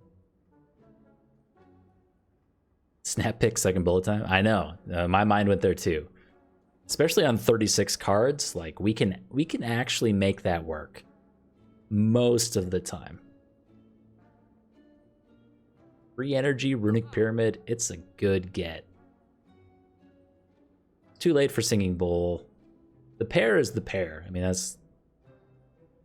The other thing I'm looking at is violence. Put 3 random attacks from your draw pile into your hand. It's actually very good with our bullet time and upgraded bites. It could be a good get for us. I don't think it's necessary. I'm also on the snap pick bullet time train. I like it. I think it's good enough to get and break our Ma bank.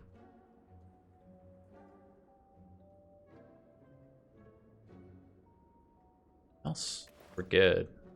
I haven't removed a single card yet. This whole run. Crazy.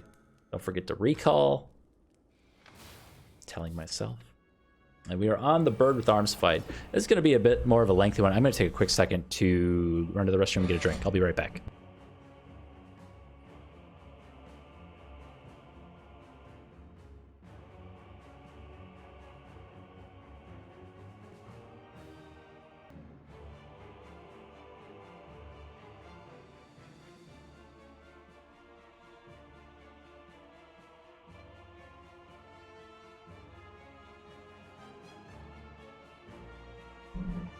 All right, I am back. Thank you for hanging out while I stepped away. So, important to note, we have just 2 turns until we have Incense Burner.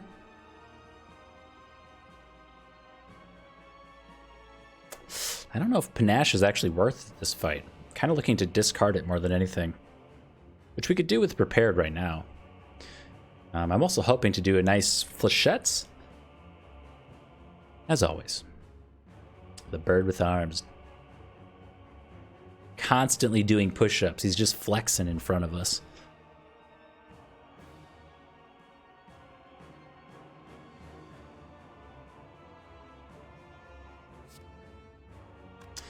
Draw.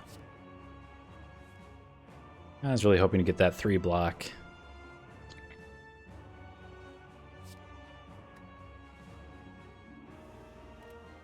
Oh, true. True. Those are wimpy push-ups. You can't do that.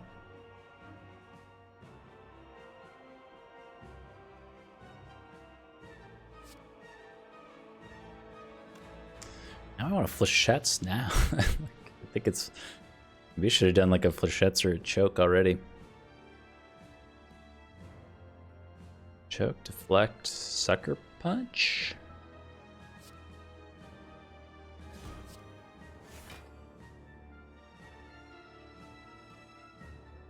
So the Awakened One never stops attacking, so using our Sucker Punch here really isn't that bad, just to make hand space.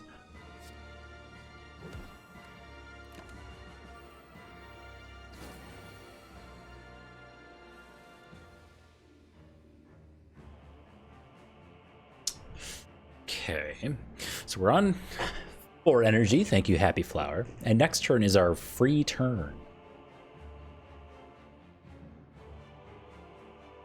I think I like using one of our skills here. 30.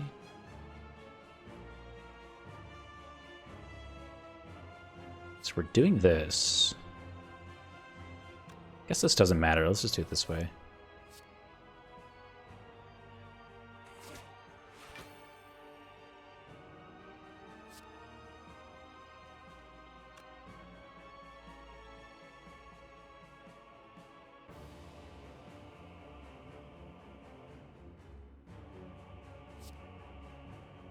Next turn is our free turn. So I actually don't mind taking damage here, because we can just bite it back.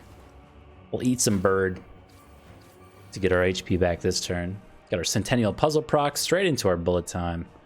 Or boule time, as I like to call it.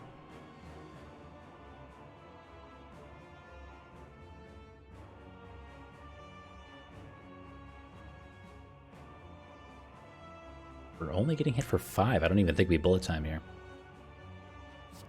We have 3 attacks? We actually don't have 3 attacks to proc the Ornamental Fan. Okay. That's fine. I'm going to wait on the Noxious Fumes until turn 2 or later. I don't think it's worth the 2 strength here. Now we are in spook territory.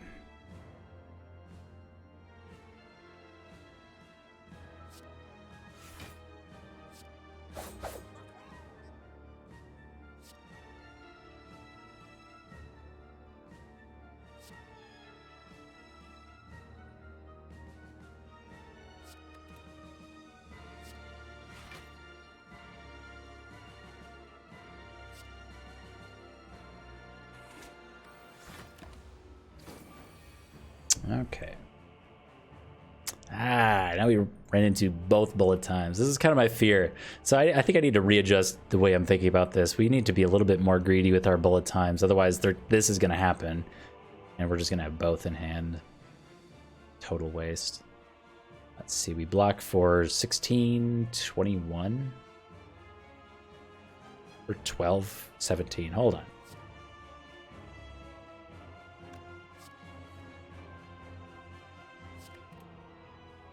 So it's always tempting to play the footwork in this phase because you go, oh, 2 dexterity, 2 strength, they cancel out.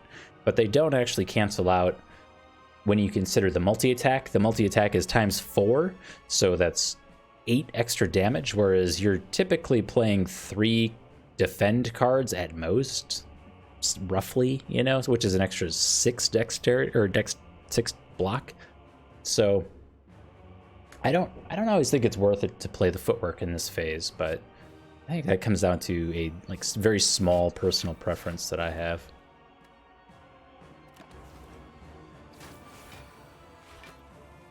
Yikes.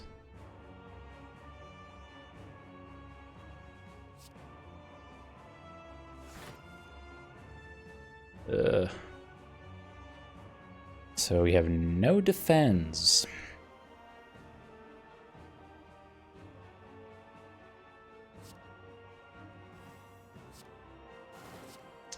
The neutralize might be enough, though. The Ornamental Fan, I guess. Oh, it's not too bad. We're cutting it a little bit close, though.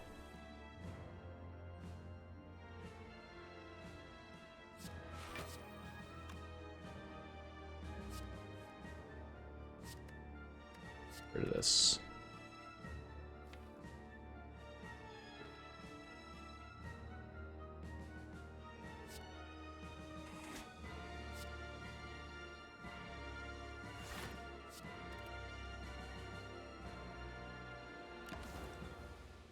One more turn until Incense Burner. It's something. It's our first Boulet time. Kind of hate this turn. Next turn is free, so I kind of want to wait. Just dump all of our defense here, and then try to get all offense-based cards for bullet time next turn.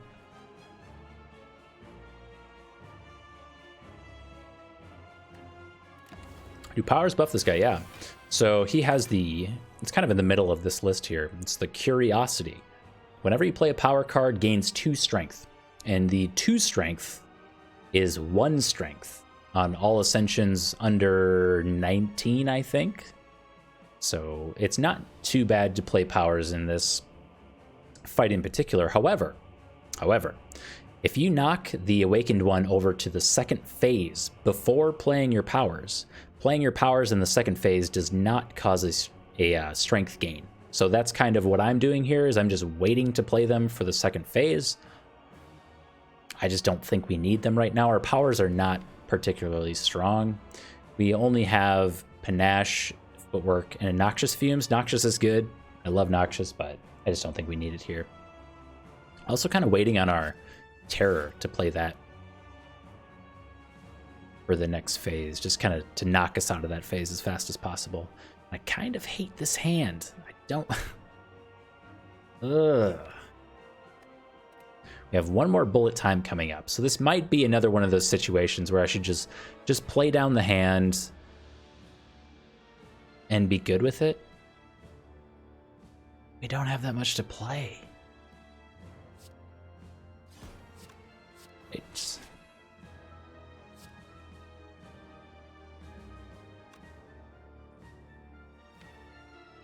We need to get rid of this calculated gamble. It's done like one thing for us this entire run. Terror. Yeah, Tools of the Trade would be so strong for us.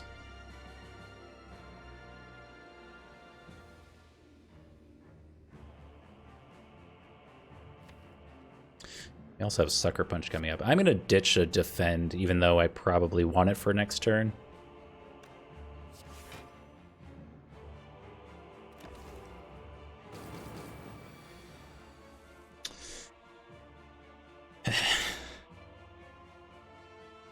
Oh, look, it's another turn where we don't need to play bullet time. Right, we're just doing it. Get rid of some of this stuff. Get out of here, stuff. And maybe we actually just ditch Ash and Terror, just so we have more room to draw cards.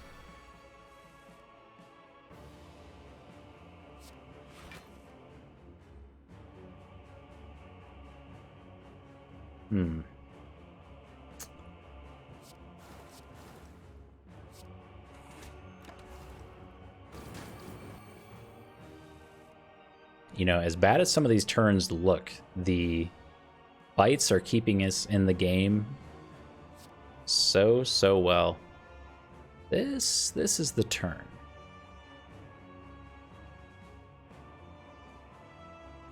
Shuts. Bigger spray. All of this stuff is good.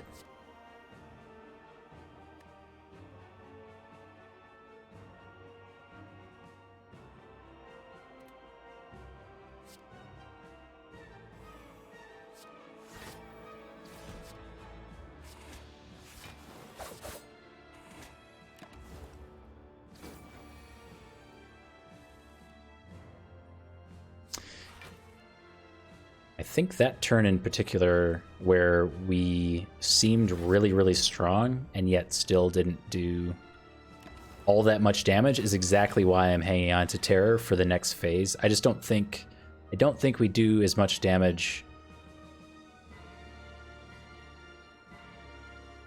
up front as I'd like. So I think we pass him over here to the next phase. Got bullet time, Terror, Footwork, and some block in hand. What I like to get rid of. I think Dagger Spray is pretty low impact. So like Dagger Spray, Bite, bite. Gain a little bit of HP back. And then we can always blur, since we're not going to get hit here. Yes.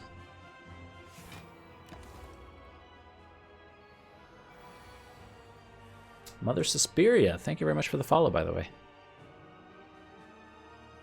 Glad you guys are all out having a good time. Ooh, this is our free turn, too. So you'll see now that the Awakened one no longer has that Curiosity bonus, so we can go ahead and play all our powers, and there's no real risk here.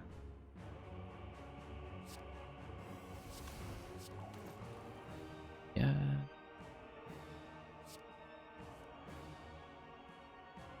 We may actually need this defend next turn.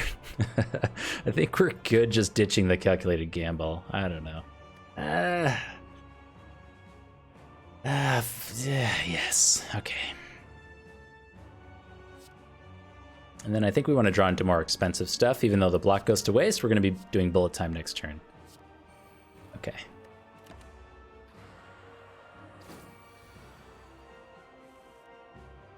Big turn. 7 times 7. And we can proc the pen nib. Okay. So it's bullet time. Choke. Dash. Then we get pen nib. 14 times 6. Pretty good. And now is doing what? 36 damage. So we need to block for 16 more. Easy. I'll hang on to those.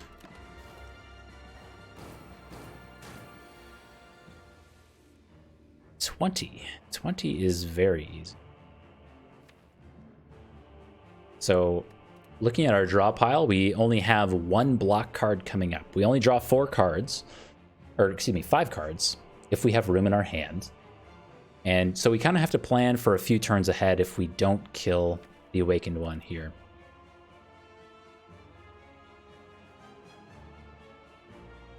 So with that in mind, either you go really hard on the block here, or you kind of do like a half measure, which I think is what I'm going to end up doing. The Woke Bloke is unfortunately the first fight. I'm certainly taking my time and explaining a lot. We used our bullet time. Yeah, so we may actually need the concentrate next turn.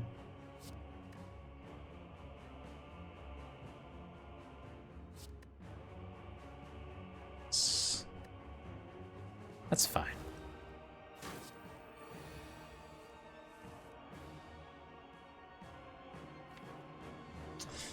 Ooh. So our prepared could draw. It's got a 1 and 4 to draw the void. So I'm not willing to do that yet. Like at best, we're drawing the Sucker Punch. With our Paper Crane, we're reducing this damage by a pretty significant amount. But I think we're fine. We do...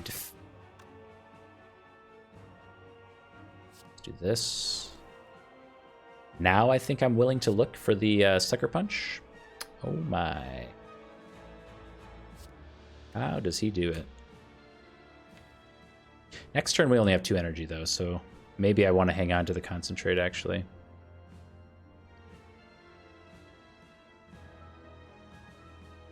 Let's get rid of this. Noxious is going to be too slow.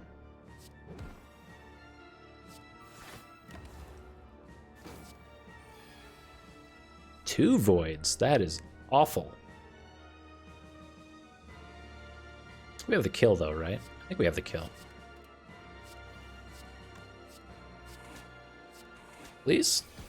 Oh, so good. Full HP. No problem. Slow and steady. Slow and steady works really well. It doesn't. I'm not even going to joke. Slow and steady is terrible on the Donu and Deca fight, but we can cheat. I have an advanced Ascension 20, 400 plus hours strat. Get a pen and paper. Not really, I'm just messing around.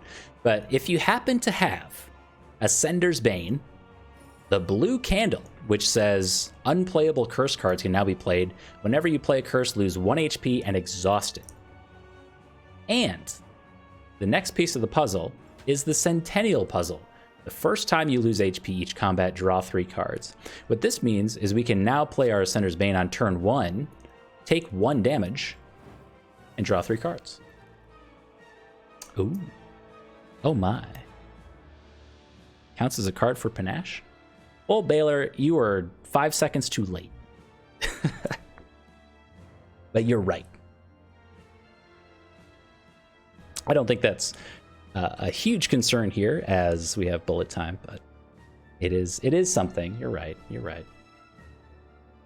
So we have Corpse Explosion in hand, which I think we're going to just hang on to. We're not going to play it with our bullet time, and we might actually not even need to play bullet time here.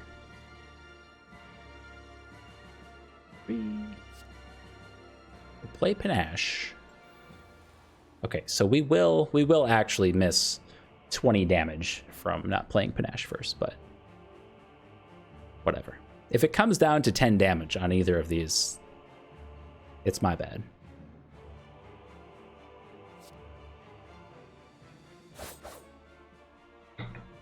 How you doing, Lord Baylor? I snuck out on your Ascension 16 defect run, I think.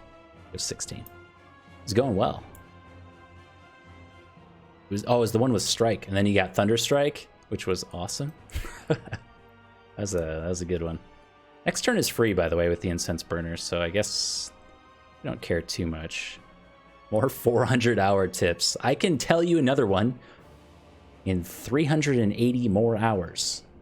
Stay tuned. Make sure you follow for 380 hours from now. Almost won? You lost? You gotta start over? What? No, it was so good.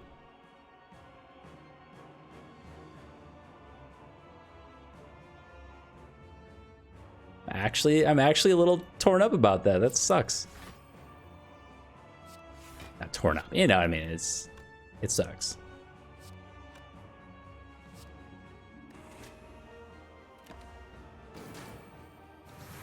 That does happen.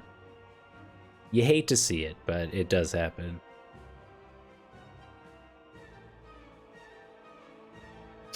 I think we do use one of our bullet times here. Yes. And then in 2 turns we could Happy Flower, backflip bullet time. We'll see how next turn goes, but that's kind of the plan.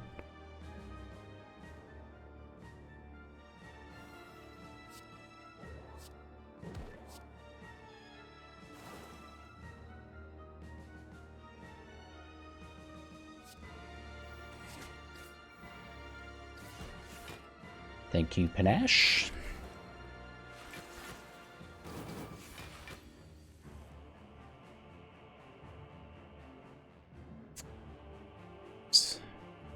No pen nib in sight. So we are pretty free to play flechettes, though I think we'll be able to this turn. Next turn, again, maybe with the Happy Flower. Though I think we're gonna have to just backflip here. We probably can't weaken Deca. Play a Noxious.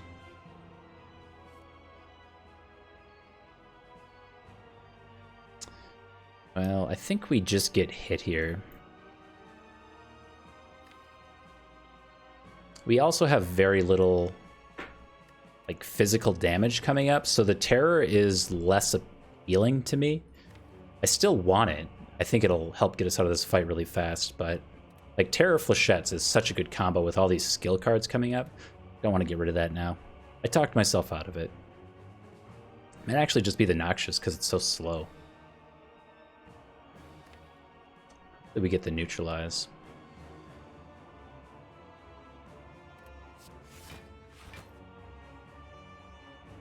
So we're gonna get hit.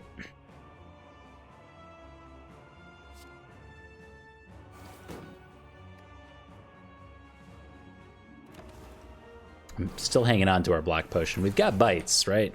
Got like 2 bites to go through. We're totally fine. This is the turn.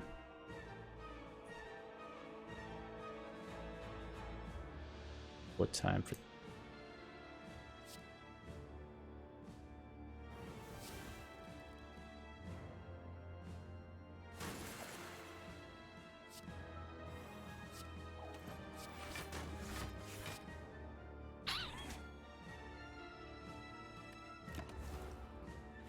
Well, I don't think we have enough damage to kill Donu, so we have to make it through this turn. 36, you say. Alternatively, we do have Calculated Gamble in hand, so that is a consideration. I think we're fine. Dying on the Heart does count as an Ascension win, yes. If you beat the 3rd act boss, you can always just go for the heart for fun, and you'll still beat the Ascension.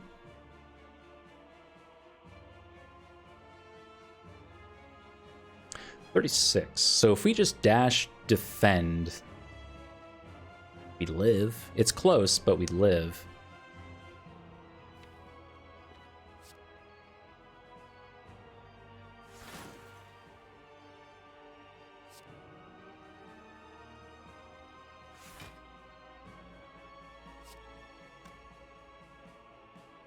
So much closer than I thought I would be.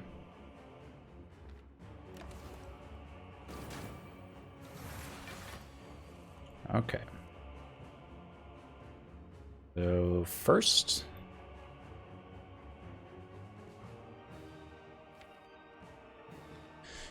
we consider what we have. So if we choke, this is 19 damage. I mean, I think we have it with... No, we have to have it. Again, welcome to the stream. I'm not doing the math. We've got it. There we go. Yeah. Sometimes you just know.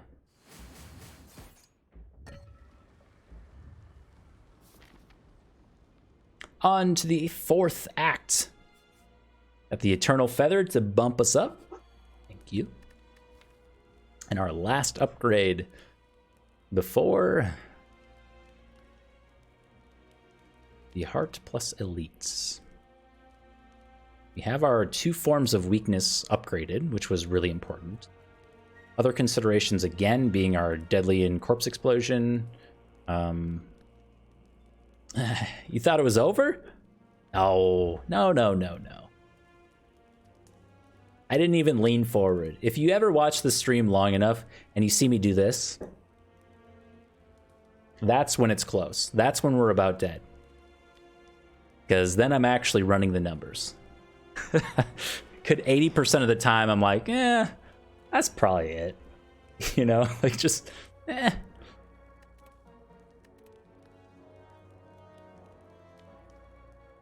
Footwork's great.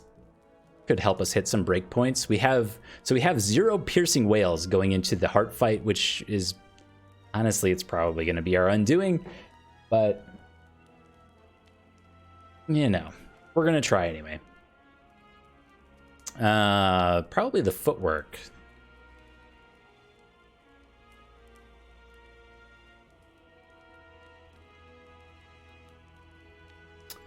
Yes. 165 gold and a dream. Interesting.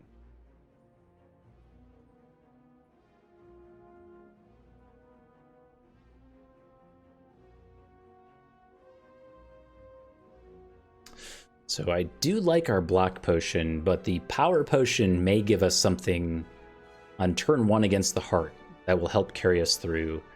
And my biggest thought with the power potion is a wraith form. We happen to pull a wraith form.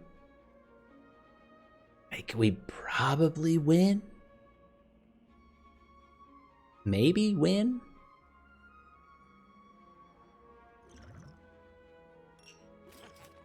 So we're going to do that.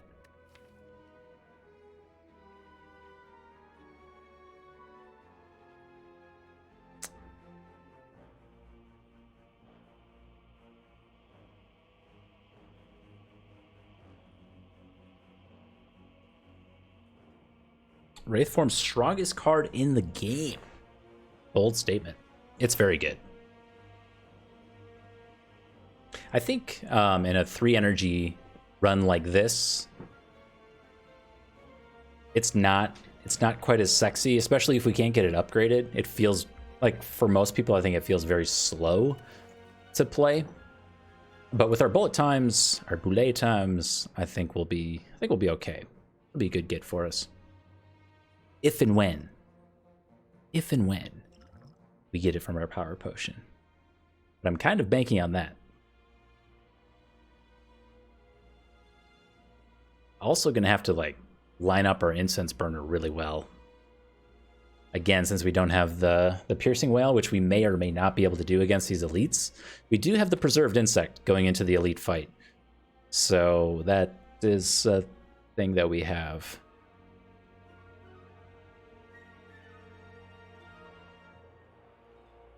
Oh, to remove a card. Frankly, I'm tempted to remove one of these prepareds. They haven't done that much for us. We weren't able to get them upgraded.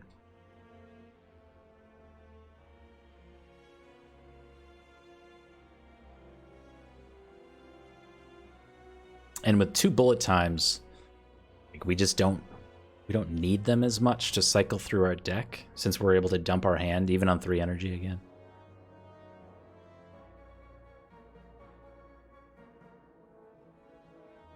I think I'm gonna keep him.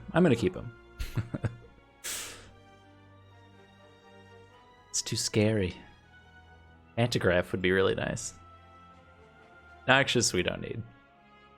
Noxious is good, but we're not taking it. Alright. Thank you, Preserved Insect. And Red Mask. So like I said earlier, when we picked up the Red Mask, I like it a lot for the Act 4 elites because it removes 1 charge of artifact from both of them, and I think Noxious will do the job of getting rid of the next charge for us. And we can look to play Deadly Poison once we have a bullet time. That's the word I'm looking for. Something better than what we have, please. That is better than what we have.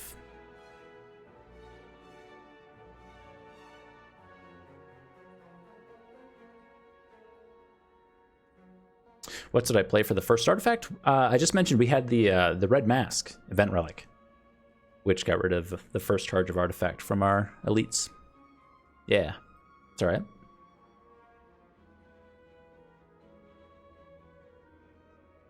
Maybe we save the dash for next turn. I kind of want to...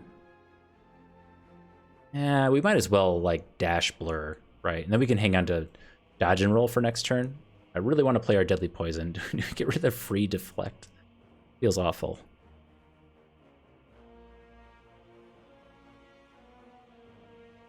Get rid of the dodge and roll. Oh, Incense Burner. That is a good call. I actually missed that. Thank you.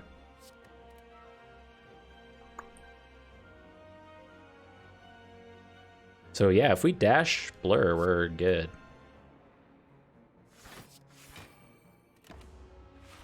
It's amateur Wraith form. So good. So I think we choke first. Yes. I like choke in these instances. The 5 damage from choke, once we apply it, goes through block. So if we choke and then play something like Escape Plan, it actually ends up taking 5 damage. Ugh. Hey man, I'm trying. I'm trying. It's just so many relics to keep track of all at the same time. Yikes. Might be our Centennial puzzle trick again.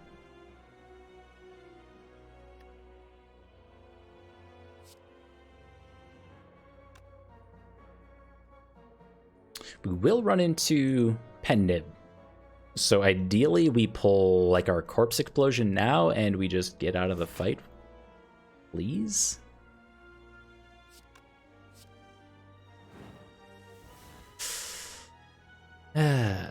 Close.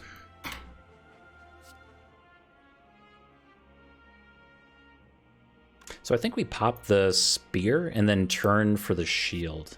And hopefully apply... I think we'll be able to apply the sucker punch to the shield and be fine. Oh, we have neutralized too. So let's be one bitey boy. I suppose the silence a girl. One bitey girl.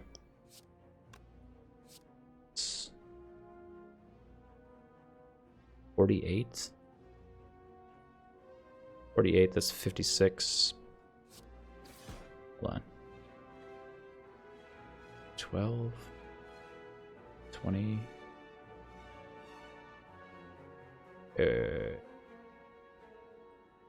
28. We have to get to 28. 20.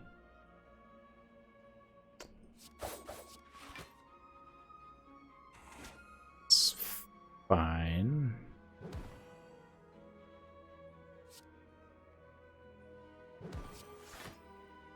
Thank you, Boot.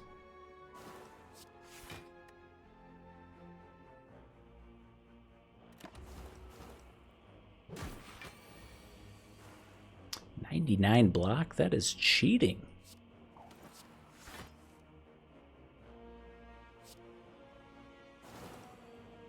Okay. Now we have the opportunity to line up our incense burner. I will forewarn everyone. Really suck at this.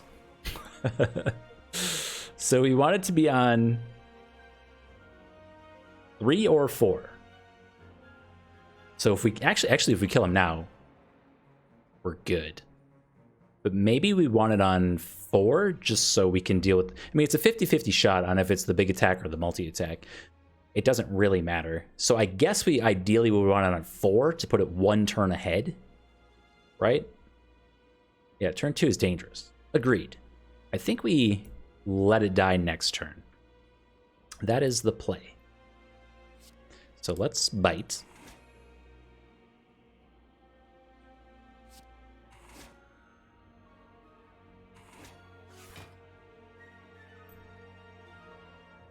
And that should be it. Guess terror just for the lulz. Oh, panache. All right, we got a lantern. We got 4. We're gonna start with 5 energy and a dream. Oh my, we got the crippling cloud finally. So we've got the crippling cloud. We've got neutralize. We got sucker punch. We got a paper crane. This is the run.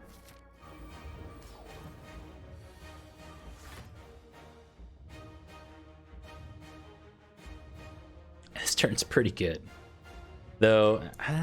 Okay, it's fine. Let's see what's in the box. Okay.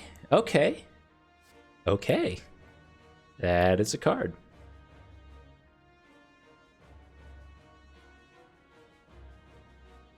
Yep. Yes. So we have 9 thorns.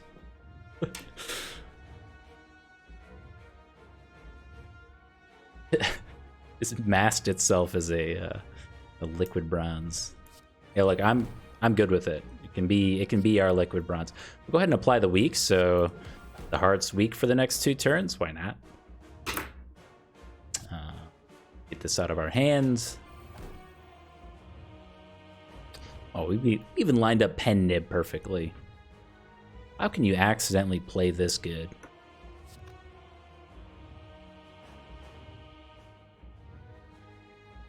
I think we want a backflip here, actually. Yes.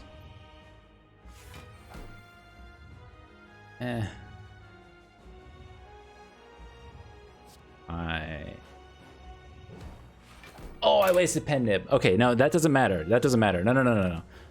That one doesn't matter. Oh, and it's the big attack. Yes. It's so good. Okay. Don't panic, but this is the one.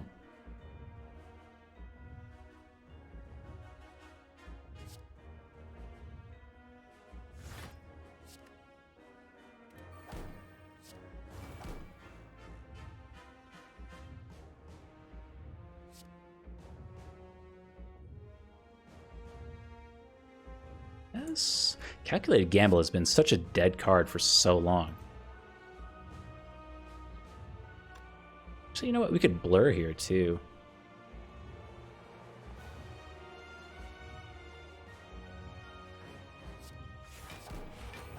Sure.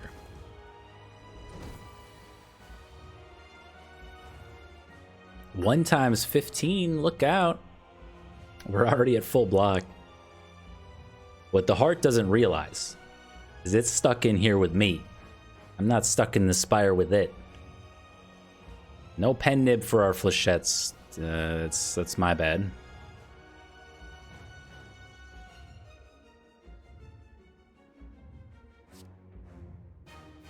I keep holding on to this bullet time.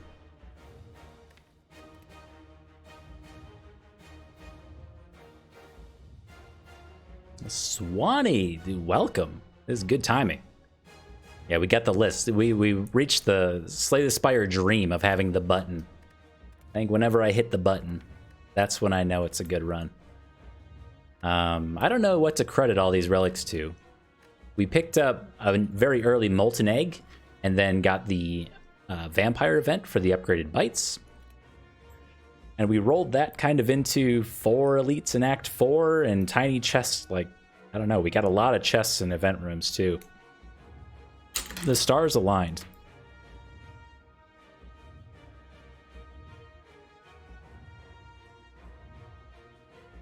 I mean, I don't really want to do this while we're weak. We need to be able to draw. My fear is holding on to this bullet time for so long that we draw a void into bullet time. Correct. This is not the beta. So we picked up the Eternal Feather, and honestly, I can't tell you what we picked it up instead of. I think it was Ring of the Serpent was one of the relics. Something else. I don't know. Yeah, not beta. Oh yeah, we can't see. It's the July 17th patch. So long ago now. Anyway. Yeah, so I kind of want to save flechettes for next turn when we're not weakened anymore.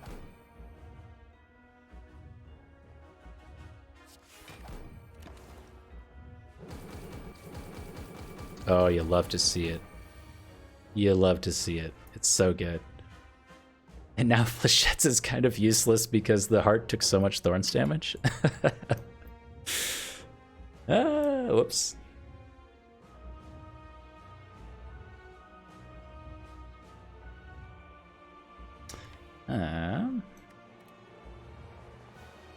My fear is getting one shot next turn, though.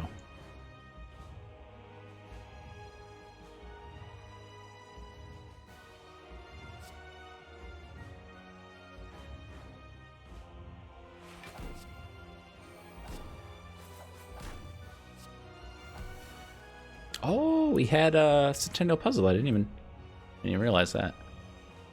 Whoops. It's, oh, nice. Good draw. Okay. So we get a full draw here. And this is a good turn for us. We have both bullet times, which I was trying so hard not to run into that situation. No perfect? We still got bites. We still got bites. Don't drop your sub yet. Don't drop your sub. Just wait.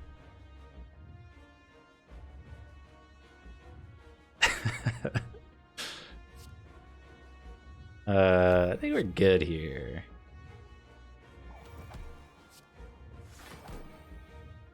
Aw, man.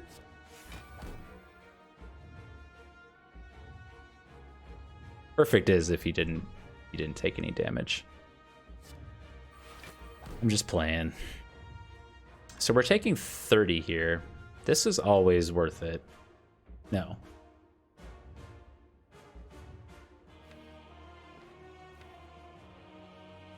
Did we die next turn? So the weakness falls off next turn. We may draw Void.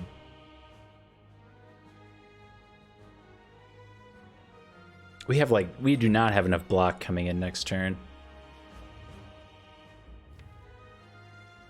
So we have to draw weakness. I guess Calculated Gamble helps with that.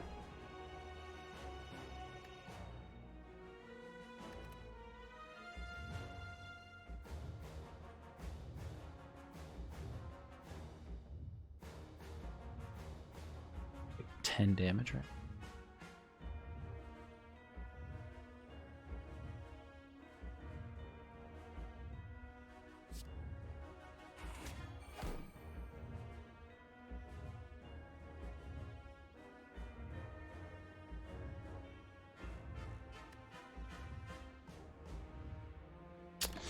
I don't know.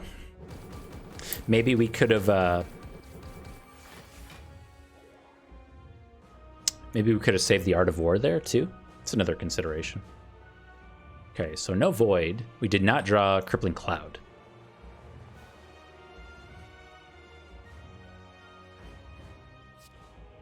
Crippling Cloud?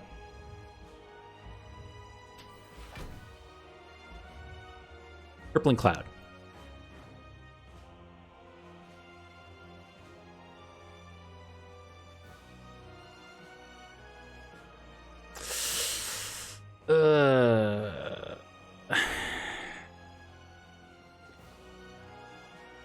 Okay.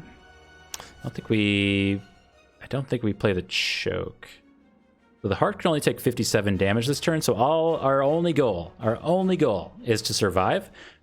If we survive, I think we can survive this turn guaranteed. If we can survive, we'll have Incense Burner for the next attack, which is hopefully a multi-attack, and then the Thorns will kill.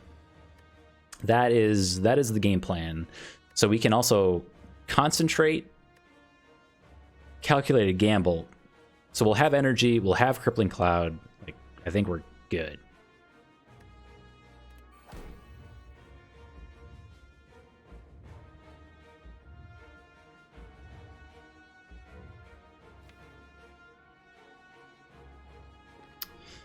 So we have to concentrate now, right? So if we concentrate, we'll be at 5 energy. We Calculated Gamble, we're at 4. So we could also play Defend for a little bit more block. We are not going to have a lot of cards left, though. So we're not playing this, we're not playing this. Yikes.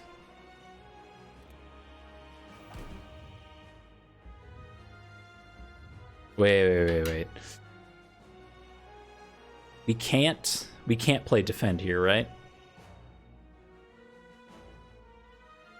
Because then we only draw 3. And then there is a chance that we don't draw the Crippling Cloud.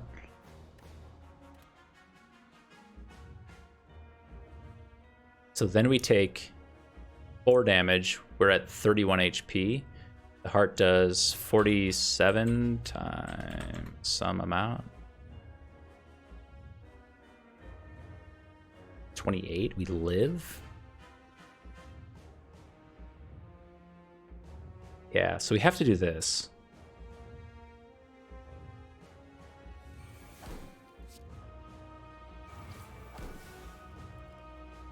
Okay. I think we can bite too. Right? That's always worth it. It's +1.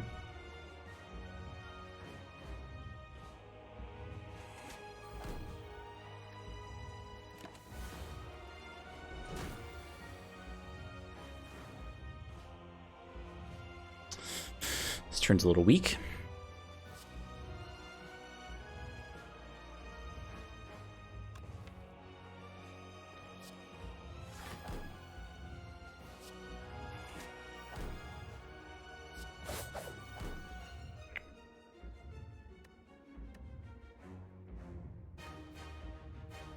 So we almost have Pen Nib.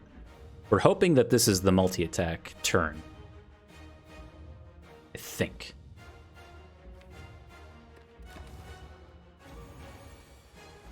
Okay. We really want Flechette's Pen Nib.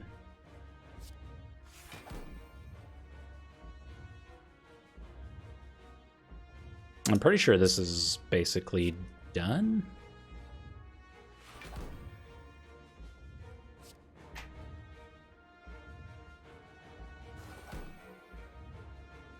Yeah, we have Art of War too.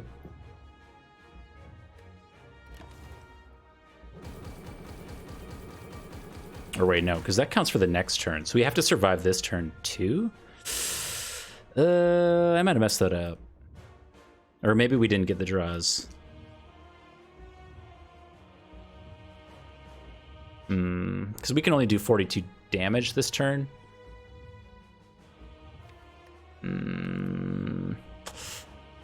I think this is unlikely that this goes our way.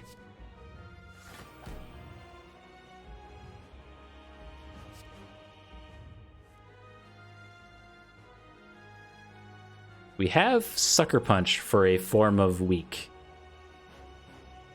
No, no F. Not yet. Almost, but not yet.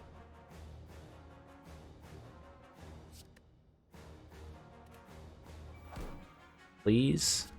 We need backflip. I think backflip is like the only way. Okay. I think that's it.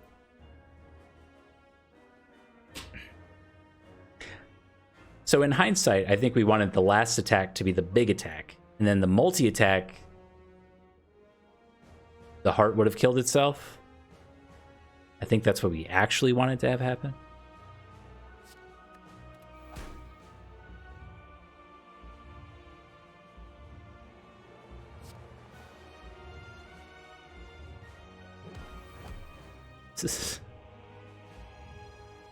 No!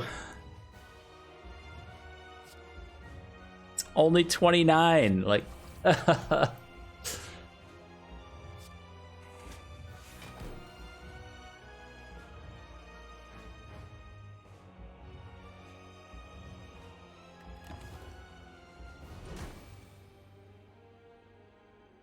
desecrated. A familiar feeling. Salt in the wounds. Come on, man.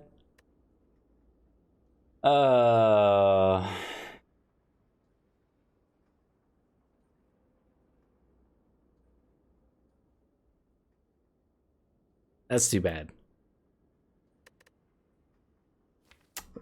What could we have done differently that fight?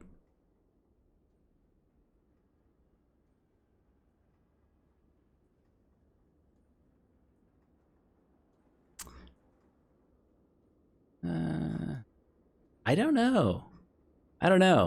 We had a lot of good stuff. I think we were missing, like, a single catalyst would have been great. We did get a bit of deck scaling late, which helped out a lot. Maybe a second blur. Our deck was almost 40 cards, so we weren't able to cycle through fast enough. Like, 2 more backflips would have been great. Wraith form, yes. I think the Wraith form would have made a huge difference. Yeah. But we tried. We tried with the power potion, and I mean, the caltrops wasn't bad. We did a lot of damage. But it just wasn't quite enough.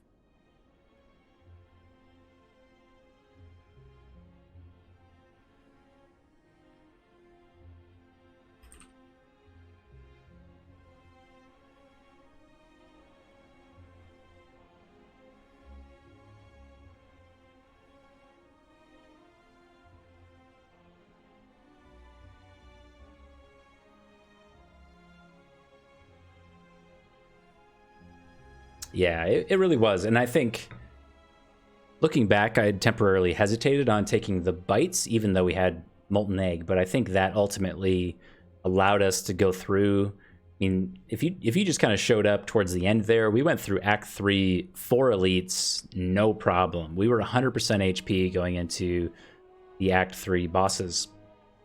It was a good get for us. And I think that ultimately carried us having those upgraded bites. Runic Pyramid, one of my favorite relics in the game by far.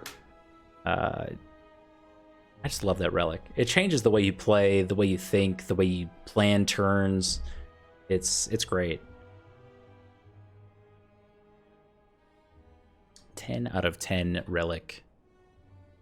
Wish I had it every time. We also bought, you know what? We actually bought Happy Flower at a shop pretty early on. And I think that occasional 4th energy allowed us to dump our hand enough to make Runic Pyramid work. If we didn't have a source of 4 energy occasionally, I mean, we also had the bullet times, don't get me wrong.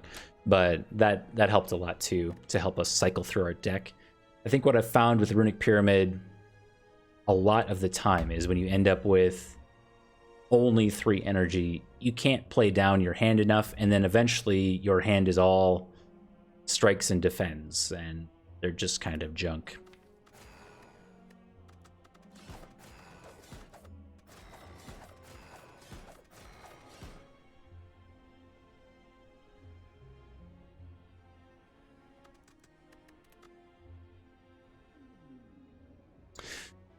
Hello again, Iron Shad.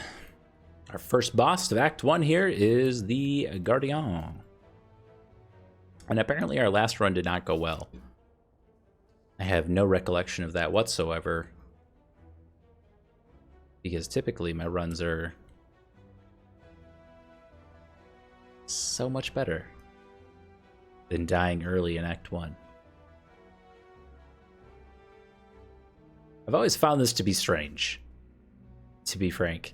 Like punishing players for failing in Act 1 seems like it's kind of counterintuitive.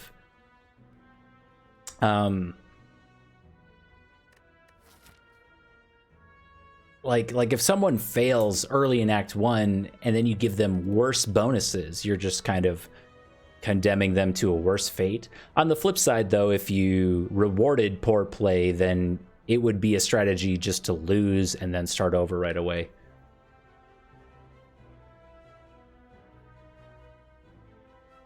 What is my name referring to? FirstDane is a play on my actual name in real life, which I won't share. But in short, my last name indicates Danish descent, and my first name indicates the first of my siblings, I guess, is the way I'll put it. So it's a play on my own name. And I also, my family from forever ago comes from a very small town that is almost all Danish immigrants to America. So there's a couple festivals there that kind of celebrate that. How come I didn't get all the bonuses? If you fail in Act 1 before you kill the last boss, Niao only offers you max HP, or enemies in your next 3 combats have 1 HP.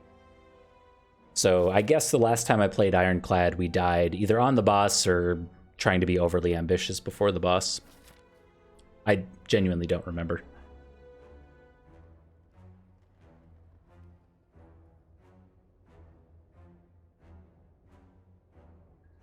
Oh yeah. No, we switched characters, so yeah, it's per character, and especially like rotating the characters. I don't remember what like the Ironclad run was by the time I finished the Defect run. I have no idea. I rarely fit in multiple runs in a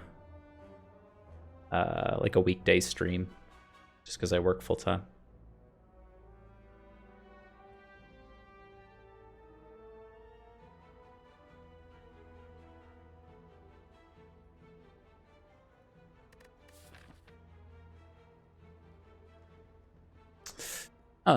So let's see real quick.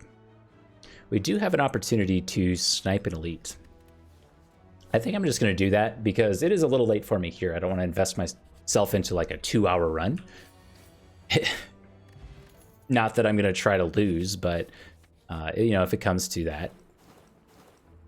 Ooh, the early war paints doesn't do much for us, honestly. But now we have guaranteed our first elite being sniped, so that is quite good. I think we will remove a card from our deck, and we'll make it one of these unupgraded defends, all offense, all the time. Skill potion.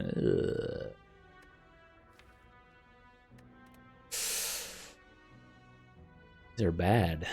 So we have kind of failed to pick up a decent one attack or one cost attack card early on.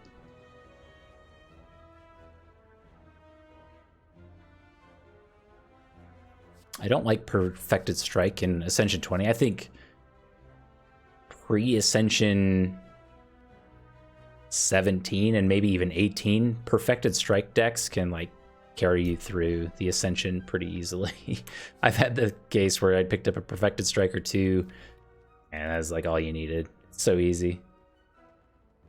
Combust is great. Combust can be great, yeah. I'll try a little Combust action. Shop, I don't think we're going to be able to do anything at. We could pick up a Twin Strike and another Warcry.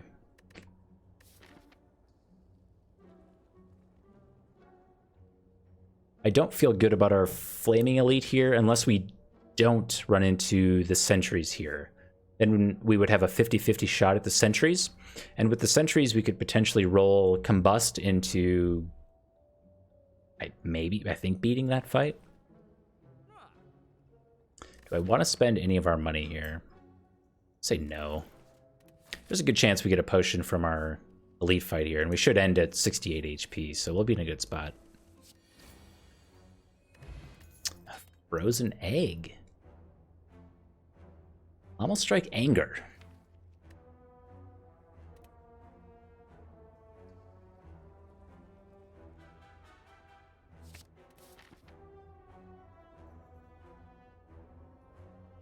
True. We could have taken the campfire into the Flaming Elite.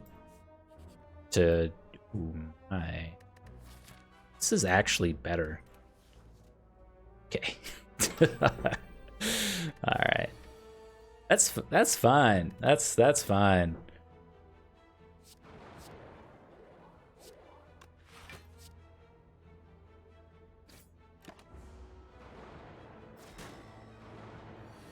So I was hoping we'd like maybe consider getting the golden relic and then running away, but this allows us to get, well, potentially up to 4 elites actually, but probably a guaranteed 3 elites.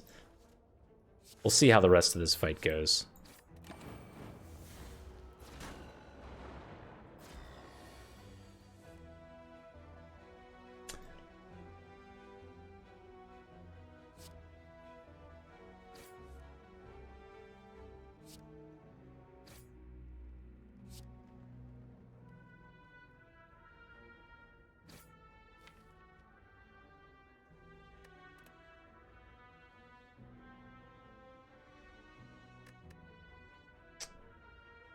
Skill potion to potentially save 10 HP. Goes to 43, pop it up to 49?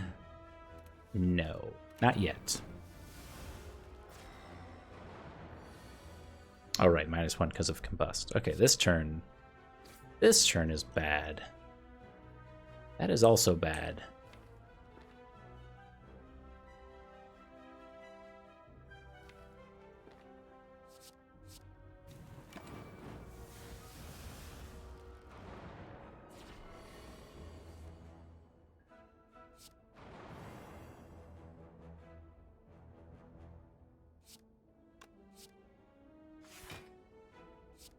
$13 goes to 6. We just missed the breakpoint with Combust. I choose to take 0 here. We draw a strike next turn. Yeah.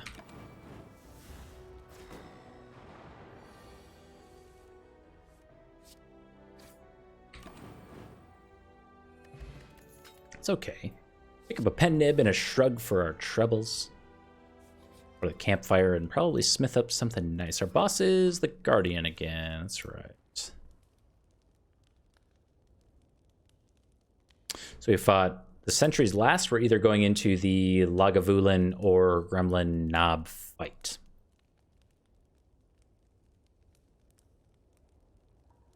feel like for both of those, having an upgraded bash is quite good. Art of War. Sure. Feels unlikely that we'll get a lot of use out of that, but sure.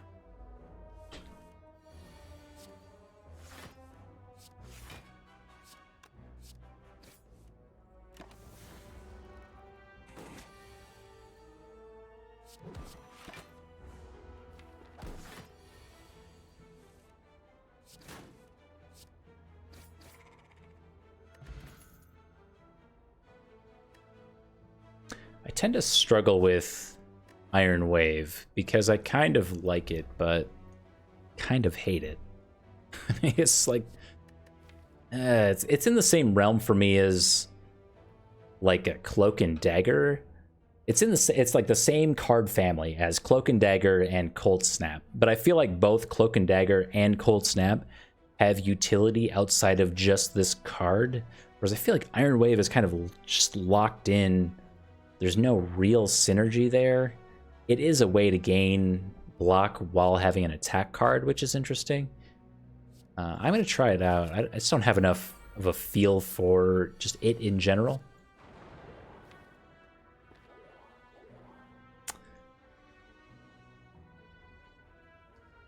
It is good against Nob. It's also good against Lagavulin. And I was thinking we'd probably run into one of those too. But it was a 50-50. It was a coin flip on the sentries, so. Wasn't it? No, it wasn't. Was it? Wait a second.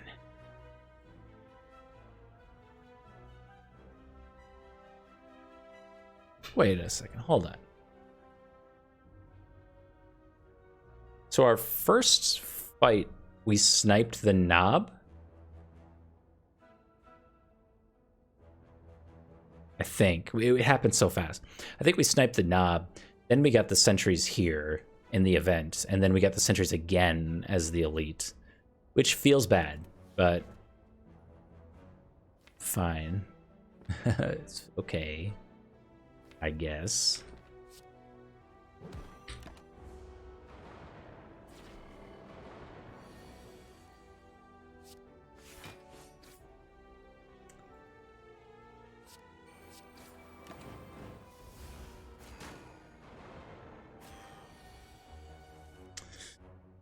Ouch. Well, let's draw first. We do have to hit this front sentry once for it to die to combust.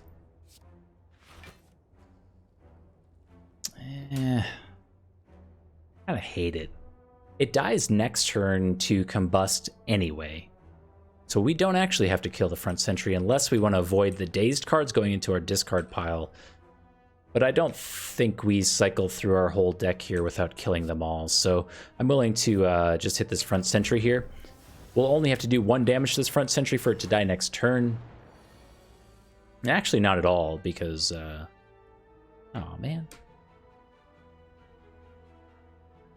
Take 11 here, we go to 1 HP? Yikes.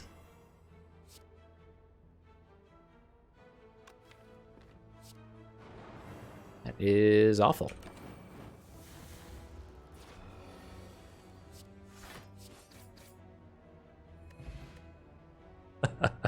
If we didn't draw both of those attacks there, we were dead to combust.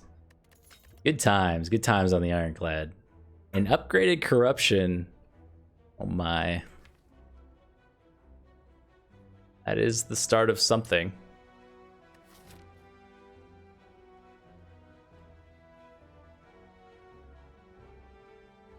Exactly. You only need 1 HP to beat the heart.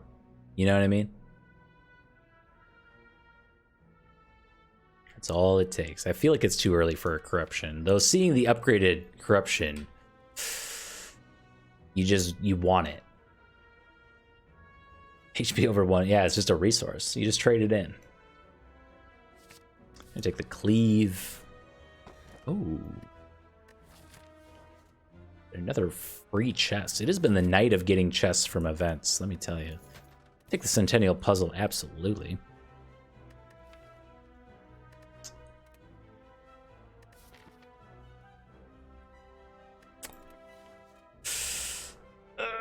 I think we just heal. I think we heal and then...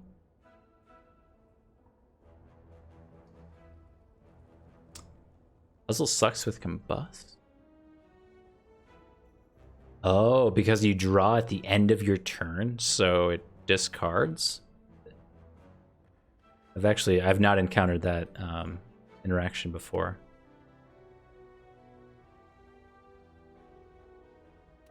Totally beat him on 13 HP. Yeah, I think we heal. Then we heal, and hopefully we heal here as well. Solid maybe. Get 20. Oh, interesting. Yeah, that does suck.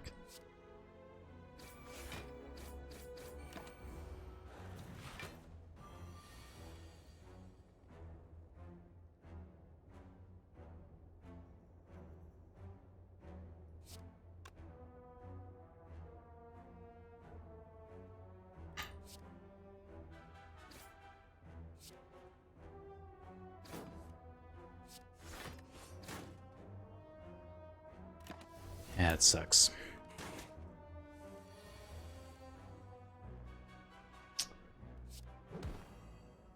Jawworm. Jawworm will get you every time.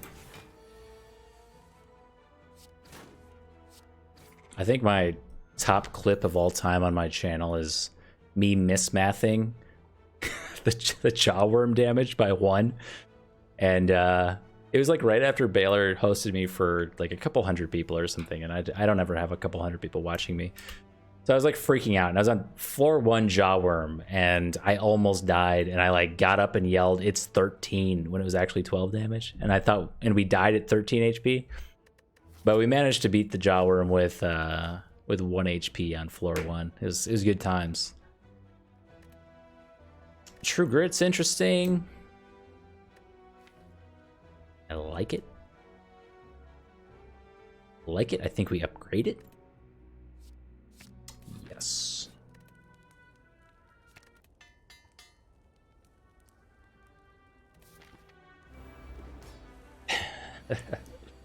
I love how they balance Jawworm for Act 3 by like just put 3 of them. It's like 1 per act. It's good. Just put 3. Oh, wait. I, again, mismathed. Okay. I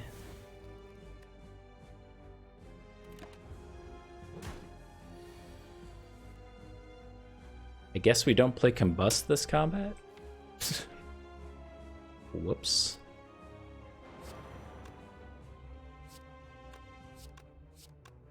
Seven.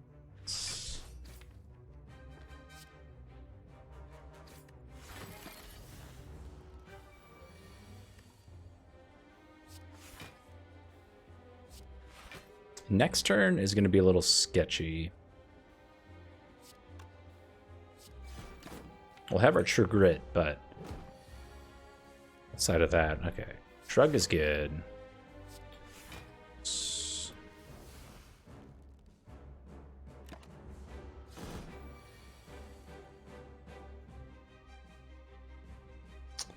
Okay, so we die.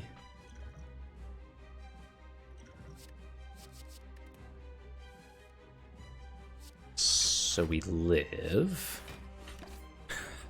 This is so... this is not going well. Oh my. Let's get rid of that Combust. Oh, that is bad. Thank you very much for the follow. It's not a good time to be wanting to see more of this. So we cannot proc Pen Nib. And we die.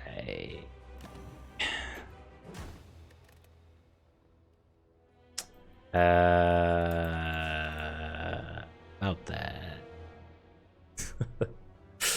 Hey, look, we're playing the defect, and then we're going against the Guardian. So, yeah, disregard.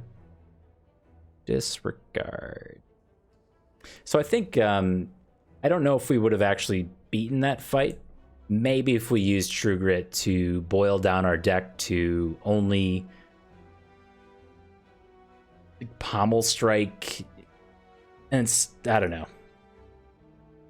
Yeah, I know. Anyway, it was bad. We needed to play the Flex Potion on the turn that we took so much damage, and I think that would have been enough to knock the Guardian into the other form, and we would have at least made it farther than we did. Oh well. We've got a nice, juicy 3 elite path on the left. We've got elite, campfire, elite, campfire, elite. That's what you want to see. It's just a matter of finding enough combats before you go into a path like this to pick up those nice 1-cost damage cards and potentially potions that are going to give you enough tempo to make it through a fight like this. So we'll take a common relic. Nothing else is really appealing to me here.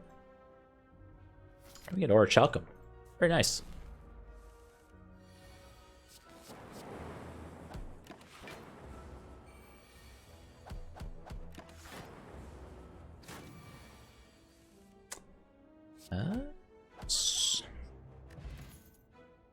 Ooh. Absolutely cold snap this early on.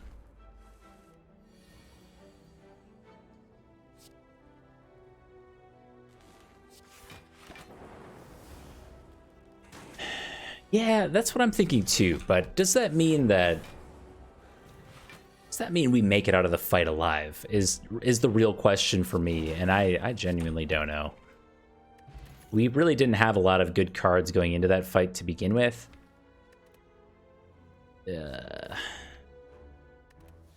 Speaking of not really good cards, I like a stack later on. Not really this early, though.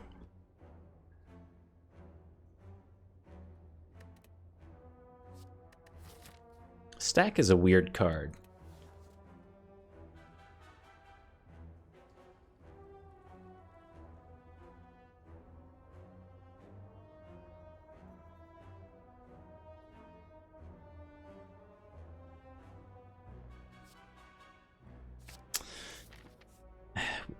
I'm gonna try it. The Living Wall event is very good. What do we want to upgrade here?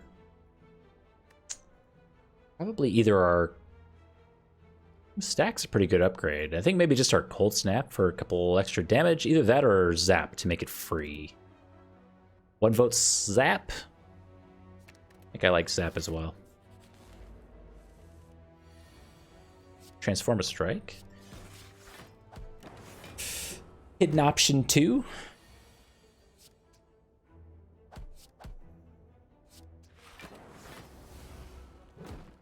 Yeah, I think I'm kind of on that event in particular. Like, my mind always goes to upgrade a card because, hey, it's a free upgrade, especially when you're going into an elite combat like this where you don't have the opportunity to upgrade a card before you get there. This choice, on the other hand, is interesting. I think we have to take the Beam Cell, though, if we're actually going to do this 3 elite path. As much as, like, self-repair is we want the self-repair, but I don't think we make it through the first elite fight. We don't have enough damage, period. And we didn't pick up a damage potion either, so I think we have to take the Beam Cell here. Oh.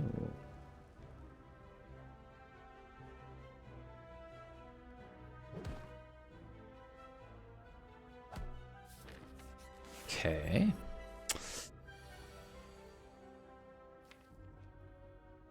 This is actually a pretty good open for us. We've got Stack coming in the bottom half of our deck. We've got Beam Cell and stuff to play.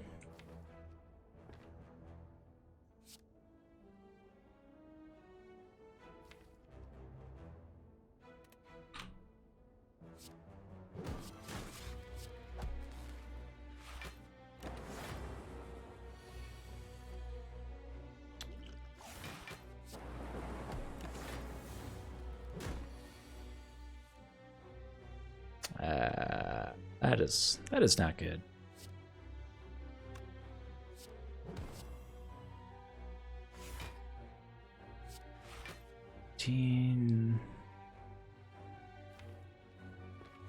This.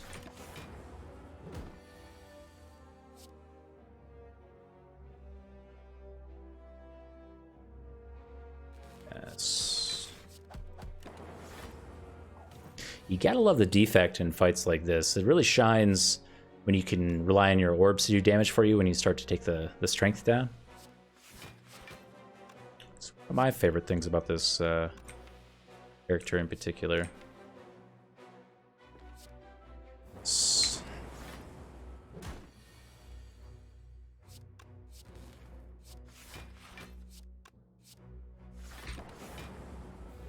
So good. The cold snap, I mean, oh, it's so much block against these early fights. Oh my goodness. I think it's a defrag. We don't need to talk about that one. That one goes without saying, and I'm just gonna upgrade it. It's just too good.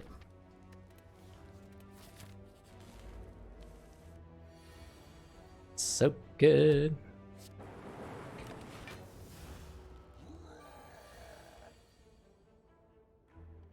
Bias cog. 4 focus some of the time? Or 2 focus all the time?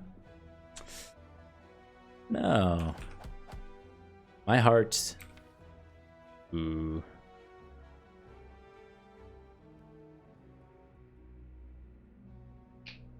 5 focus pieces.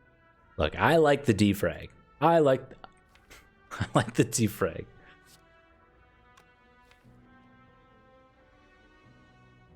I don't think we ever kill next turn. So it's probably not worth it to play the zap unless we come around to the dual cast in 2 turns.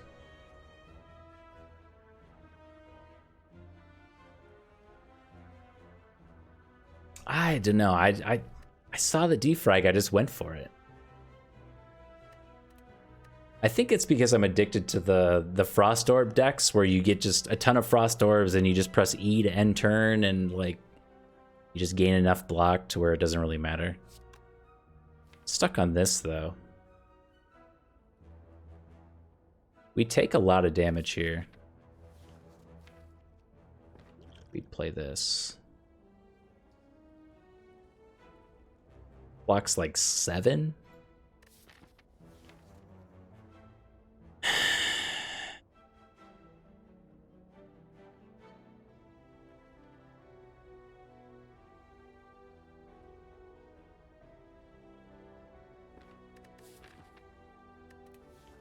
Bias Cog does have a lot of synergies with Artifact that I agree make it super, super good.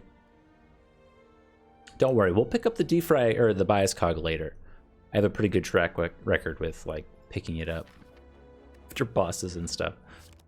I don't know if we need this. I'm kind of stuck on that. So this is, let me think about this. 3 damage. I won't think of. Now, do we kill next turn? Probably not.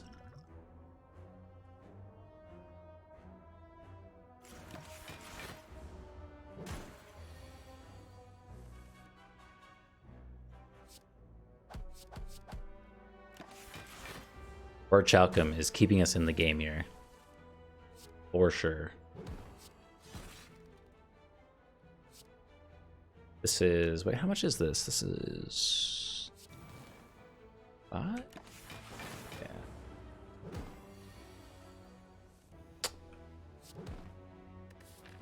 Not too bad.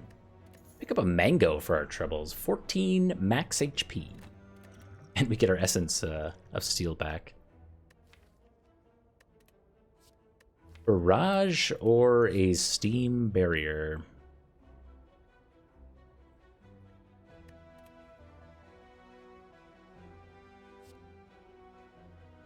I think I'm down for the barrage. We always have 3 orbs.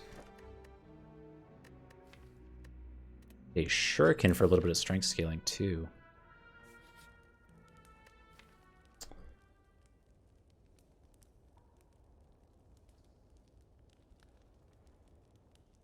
I think we're good against most fights with the Orichalcum, so we're good to upgrade here. Kind of have to think forward to the Guardian fight and what we'll want to see there. Just the barrage. With our shuriken, if we're able to stack any strength, the barrage gets so good.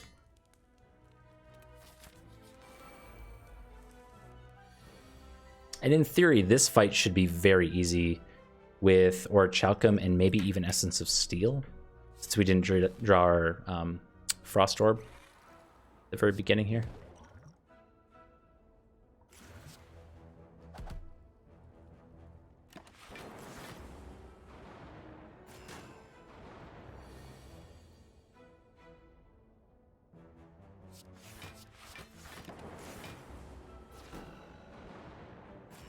As soon as we get one of these down, we just never take damage again. Which is now. I love that about this character. I don't feel like this happens on all the other characters quite like it does on the Defect. Stack has been improved by the days. Yeah, we've yet to draw it. I'm interested to see how much we block for.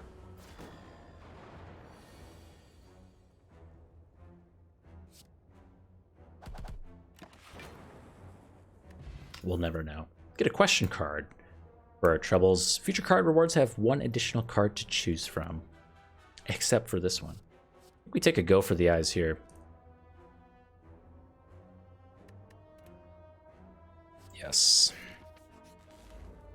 Oh, this fight is awful.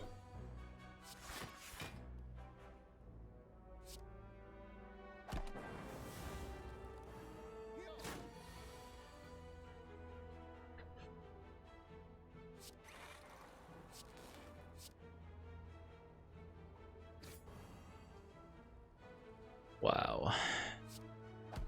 So our stack is actually just worse than Orichalcum? Oh my goodness.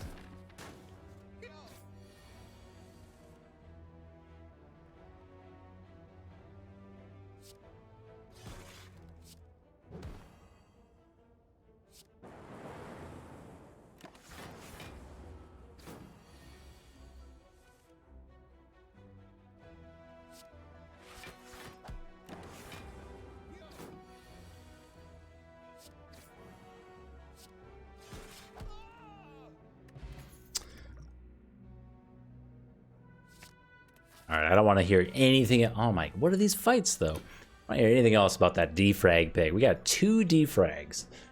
If we can get like one more source of Frost Orb generation and like, you know, an orb slot, we are so good to go.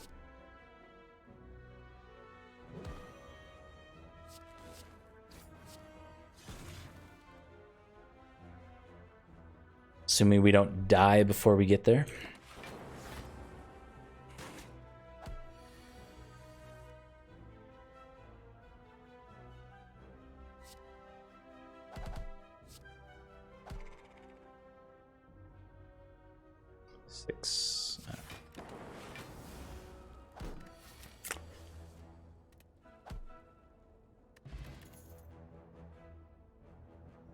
No Frost Orbs, but we do pick up a genetic algorithm in Act 1.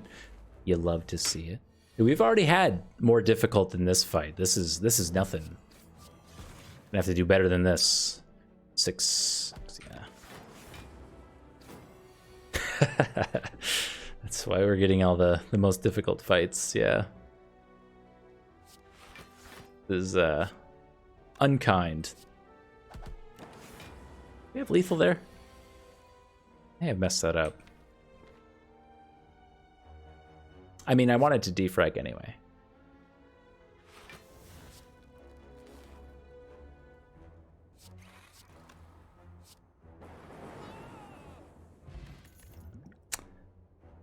Last pick before the Guardian fight. I think we need a little bit more innate block. I was really hoping to get the Frost Orbs, but no such luck.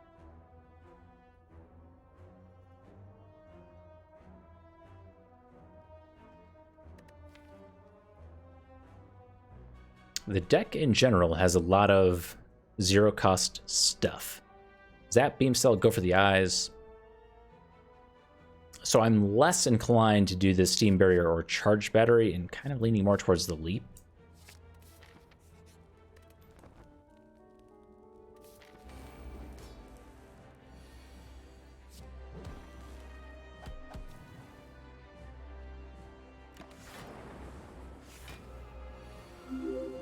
focus, please. Lenny's Wild World. Thank you very much for the follow, by the way. I think we have it, don't we? So this is 10. Run. You have to do 12 damage, which we have here.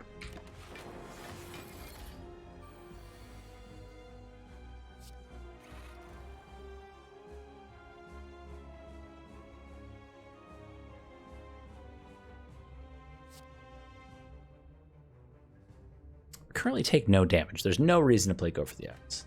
If it was upgraded, there would be a reason for the next turn, but I think we just pass.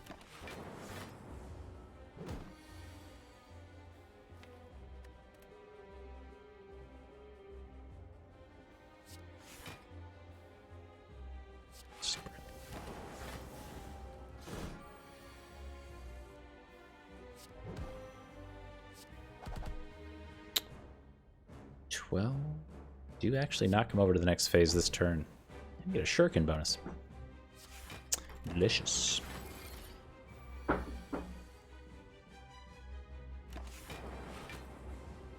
Oh, you gotta love the defect. You just kick back. You don't even do anything. It's so easy.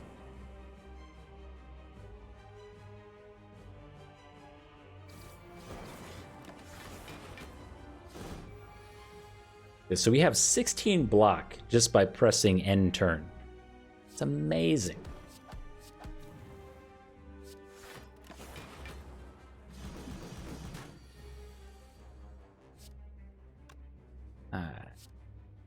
Sure.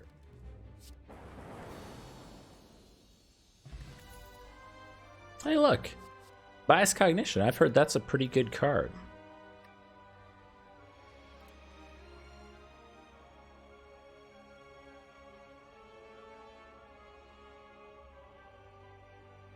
Some people say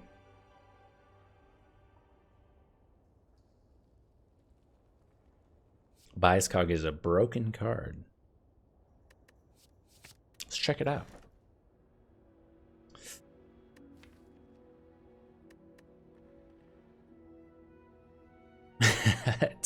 Are they, though? Because you lose twice as much focus per turn. I don't know.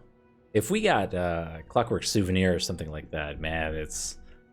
Ooh, I love Bias Cog in those situations. This is an exceptionally difficult relic choice for me. I am gonna have to think about this for a second. I think we have cards that we really want to get upgraded. Go for the Eyes, Defrag, Bias Cog. I think the Fusion Hammer is going to be too difficult for us to take. I'm personally leaning towards Curse Key with Omamori. There's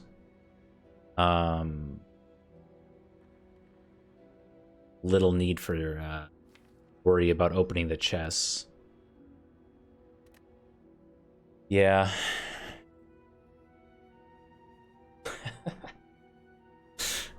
You're not bad. Curse Key's great. You're not bad. Curse Key's very good.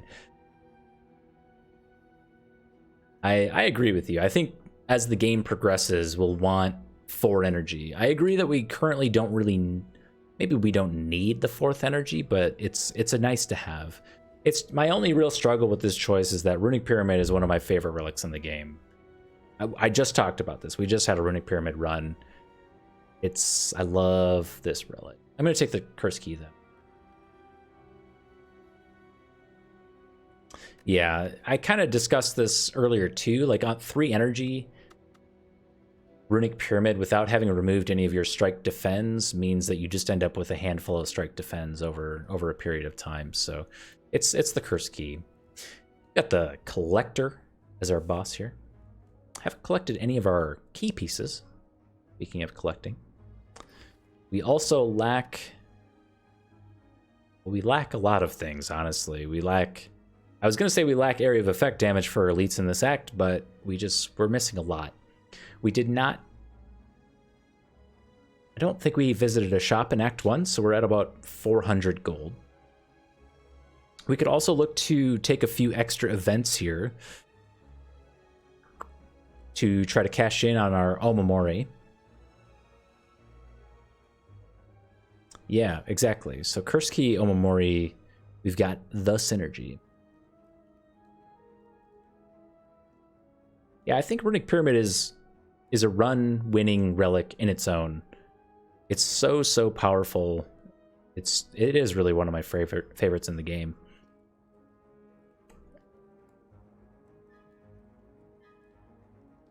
Two, three, four. We have a 4 campfire path on the left. I don't know. My sense is telling me that our deck is not particularly powerful without an influx of cards. The only way we get an influx of cards is with some combat or also an early shop like this. So I'm kind of leaning towards this free combat into a shop campfire if things go terrible, elite campfire, and decide from there. From there, honestly, there's only like a 1 elite path, so I don't love it. But it is 3 campfires, 2 elites, which is fine.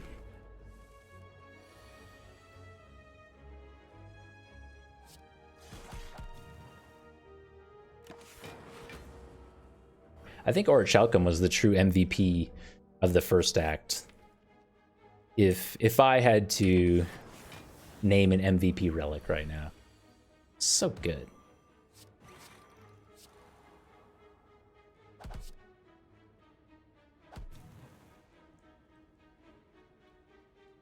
$18? 5 turn.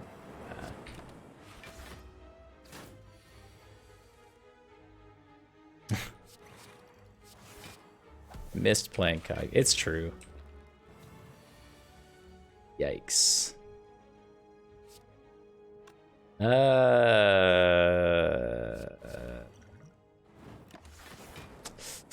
sucks. I did miss playing Cog. I maybe that's my fault. Maybe I just haven't played with it enough. Like, I thought the fight would go longer than that for some reason, but it's probably just my noviceness with this character in general. I see the focus down, and I've had like a couple situations where you play Bias Cog too early, and then you just can't do anything. I think that's what's kind of stuck in my mind. And it's not correct, but is what's happening. We do want a hologram now. If we can hologram back like Barrage, I think that could be really good for us.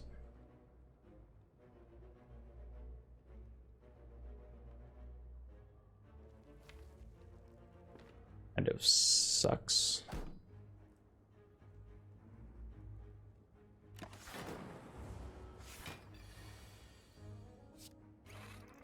Hey, we'll try it. There you go. I played it. I played the Bias Cog. 2 defense.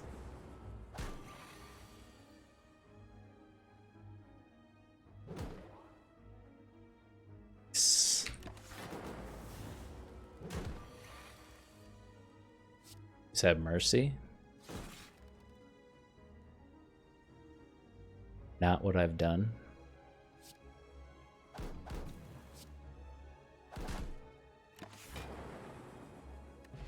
Yeah, we got the Swift Potion, though. May want a Compile Driver for a little bit of cycle. I like it a lot on 4 energy. We have 2 different types of orbs. It's a good card. Need this cycle. Man, we need a bag of prep or something. Our opening draws have just been terrible.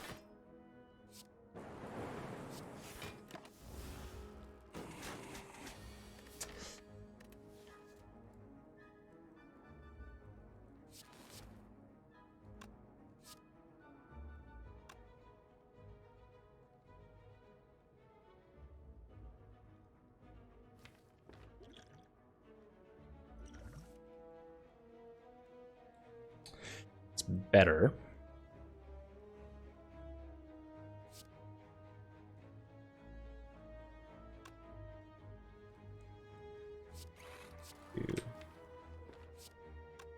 Two, 4, 5.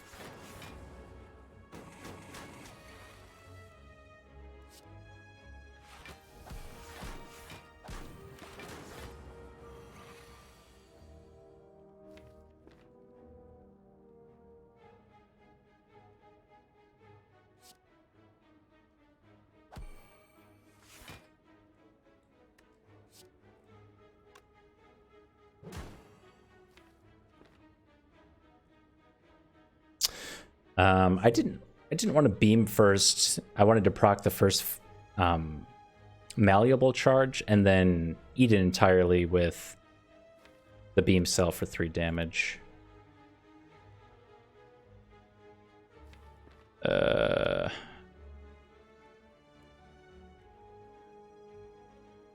Yeah, we're close. We have to draw into it though, don't we?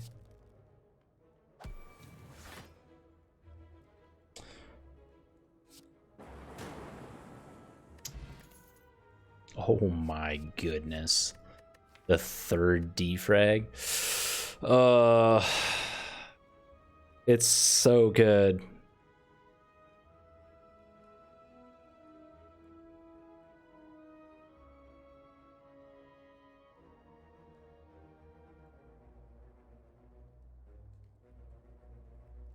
So is a streamline, though. I think we might have to take the streamline into these hallway fights. I don't know. Yeah, if we get like one more form of Frost Orb generation, like a chill, an innate chill. So good. I can't resist. I don't think I want apparitions. Or do I, with all this focus? We just apparition until we get all our focus out. And then we just never take damage because we have so much focus and Frost Orbs.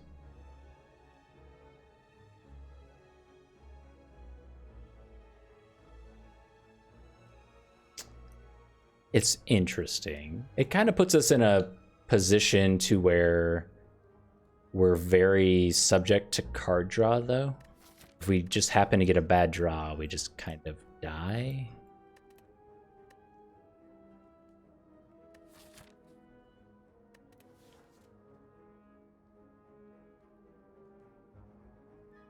I think I'm not going to take it, in part because our deck has 24 cards, and again, we've failed to remove any of our strikes and defends so far. It puts us at 27 cards, and I don't think with this little cycle, and it's just too much variability, in my opinion. Yeah, we don't lose any current HP, that's true.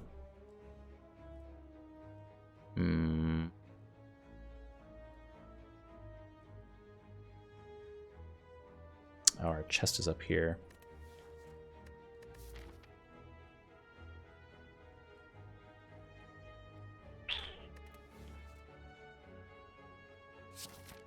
Okay. Okay. Oh, we get a glacier. Yes. Okay. So we've got our Frost Orb generation. It's here. We've got it. We could also do a Peace Pipe to toke away all our troubles, which are strikes. But we're also then trading our upgrades for tokes. Is there Dark Shackles? Oh my.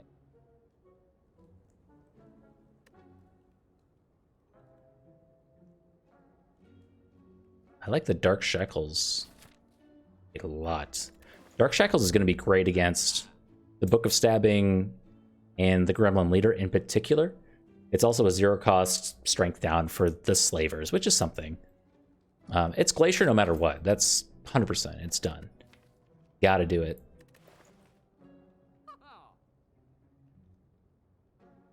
I do kind of wish we had some innate healing, like an Eternal Feather, or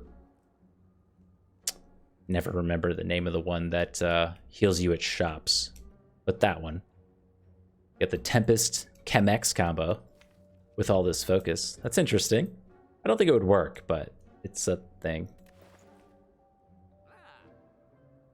The boot, I'm not that bad at the game.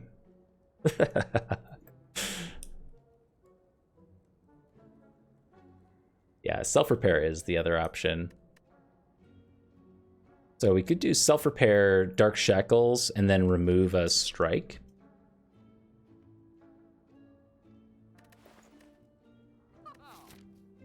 It's 3 removes this act. It's also not 3 upgrades this act.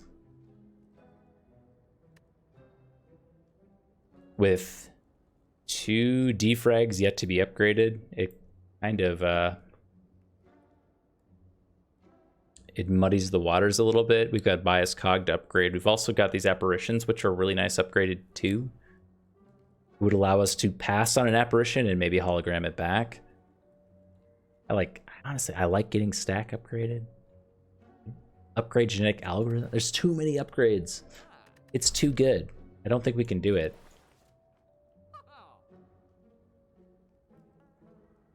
Okay, do this. 29 cards and a block pot. Done. And now we smith.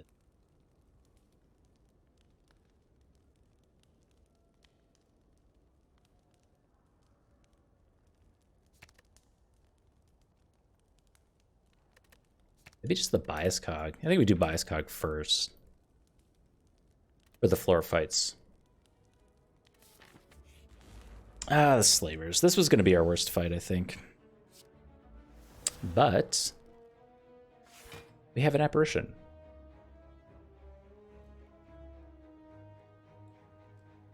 Do you ever play Bias Cog with a single lightning orb? I guess for like 5 turns, it's good. And 5 turns is near the minimum that we would need to draw it again. And maybe if we're going 5 turns with the Slavers, we're dead anyway.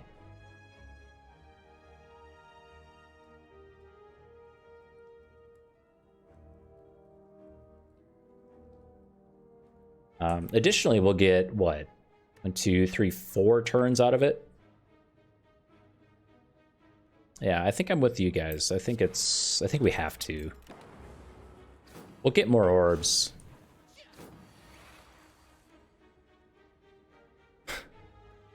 I said we'll get more orbs. Like, that's kind of the whole plan here, is to get some orbs. Please.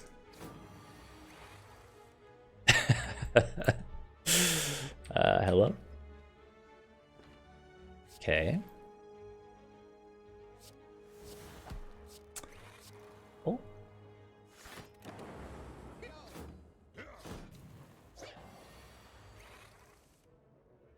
Oh, I hate you so much. We dead? Oh, 1 HP. Please. Please, please, please. Okay. Dude.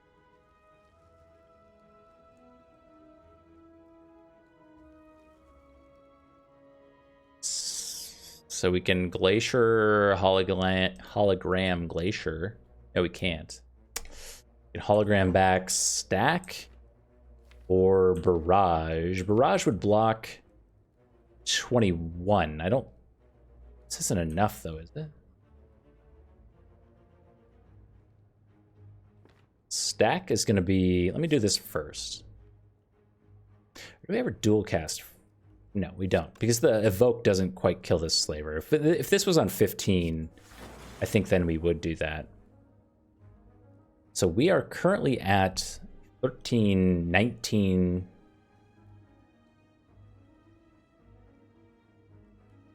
block.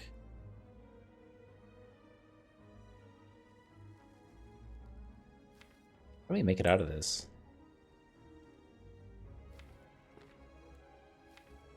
So Barrage does 11 times 3, 33 damage. It's not enough. Or no, that doesn't work. We could draw Go for the Eyes. Is that enough?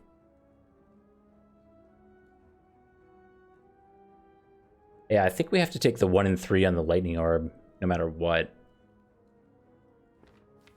But Compile Driver into Go for the Eyes Dark Shackles. would maybe also be enough. And then we don't have to take the 50-50 on the lightning orb. I still don't think that's enough, though. This is, wait, what did I say? This is 13, 19. We have to find 16 block? Go for the Eyes is not 16 block. So we could bring back Stack, and then that's going to be 26 block, which, again, relies on us winning the lottery and hitting the last slaver.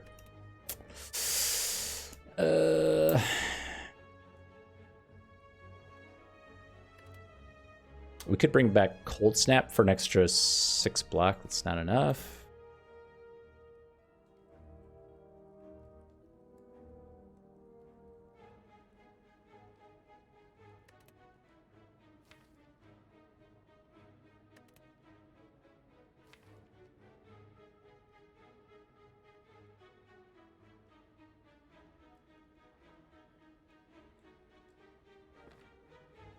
Did we miss a flex pot on the last guy? I mean, we might have. We haven't had any good turns to really attack, though. We drew all of our like blocks and junk in the first few turns with our apparitions, and all of the bulk of our block cards have been at the back. I think we drew Barrage with just a single orb.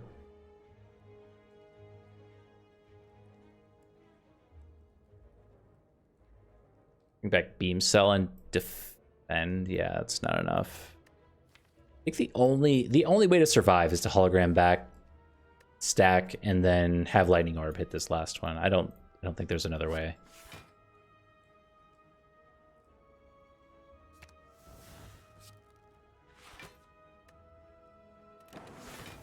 All right. Well, it was a one. I mean, it was a 1 in 3. That's too bad. I think our first 3 draws were really bad, and we didn't draw into Compile Driver or any kind of cycle or anything like that. So it's too bad. It was close to a really fun deck, though. I do think with one more Frost Orb generation before the Glacier, we might have saved enough HP, and the Apparitions ended up being the correct choice. If we didn't have the Apparitions, we wouldn't have even made it that far in the Slavers fight, I don't think. So it kind of is what it is. It's fine. It was a good one.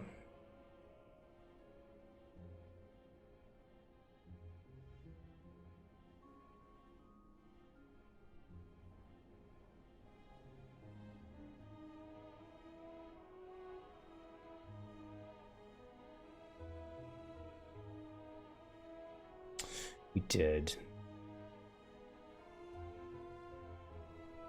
Yeah, absolutely. I think, yeah, Swanee's correct. I mean, in the beginning, if we had somehow known that we were going to get terrible draws and we would need the extra 5 damage from Flexpot, that was absolutely the play. But there would have been no way to know. Take a reboot. Reboot might have been okay, but all the wounds that the middle, I think it's the Taskmaster is what they're called, the middle Slaver, all the wounds go into your discard pile. So if you reboot on that fight, all the wounds go into your draw pile, and it's typically worse for you. There's a lot of mechanics in the game where cards get added to your discard pile, which makes reboot, it's not bad, but it's a more difficult take than it seems on the surface. And I think ultimately the reboot in the Slavers fight would have gotten us killed faster. Unless...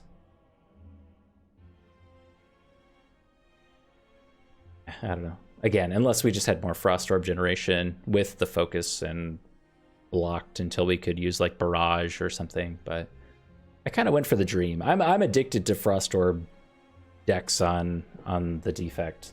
Just kind of is what it is. It's my weakness. I love those decks. Just a little bit of focus makes so much of a difference.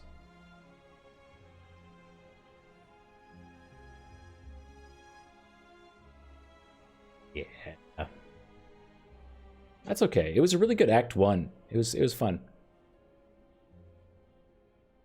I enjoyed that. Much more than our Ironclad run, which just kind of fizzled out way too early. But again, I just hit Ascension 20 on the Ironclad like last week, so I'm still learning a lot on that character. I have much more room to grow and learn, so I appreciate everybody coming out and trying to offer some advice, because I am trying to get better on those characters. So thank you guys for hanging out.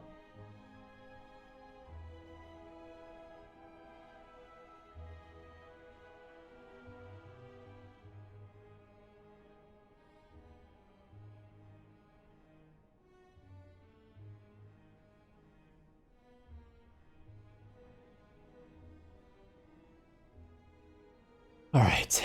Well, I do want to thank my the 3 people who followed the stream this evening: Mother Suspiria, Guernica, and Lenny's Wild World for following, getting me closer to my total follower goal that I have listed there. I am going to take off. I'm a 9-to-5er outside of Twitch streaming, so I got to get back to the real world. But I appreciate y'all coming out and hanging out with me tonight and seeing some runs. It's too bad we didn't quite win that silent run, but it was close. So thank you guys very much. I am going to pass you off this evening to Channery, who's also doing Ascension 20 heart runs. He's a good guy. Check him out. Drop a follow. Give us a love. Do what you do. But when am I going to be back? I am at a... Where am I at? I'm at a work function meeting thing that I'm presenting at on Wednesday, so I will not be streaming Wednesday. I'll be away from town that night, but I think I'm coming back Friday, so the streams will probably pick up Friday evening, afternoon, something like that, and then again this weekend. GWK420, thank you for the follow here at the end. So yeah, I'll catch you all on Friday. Have a good night, guys. Bye.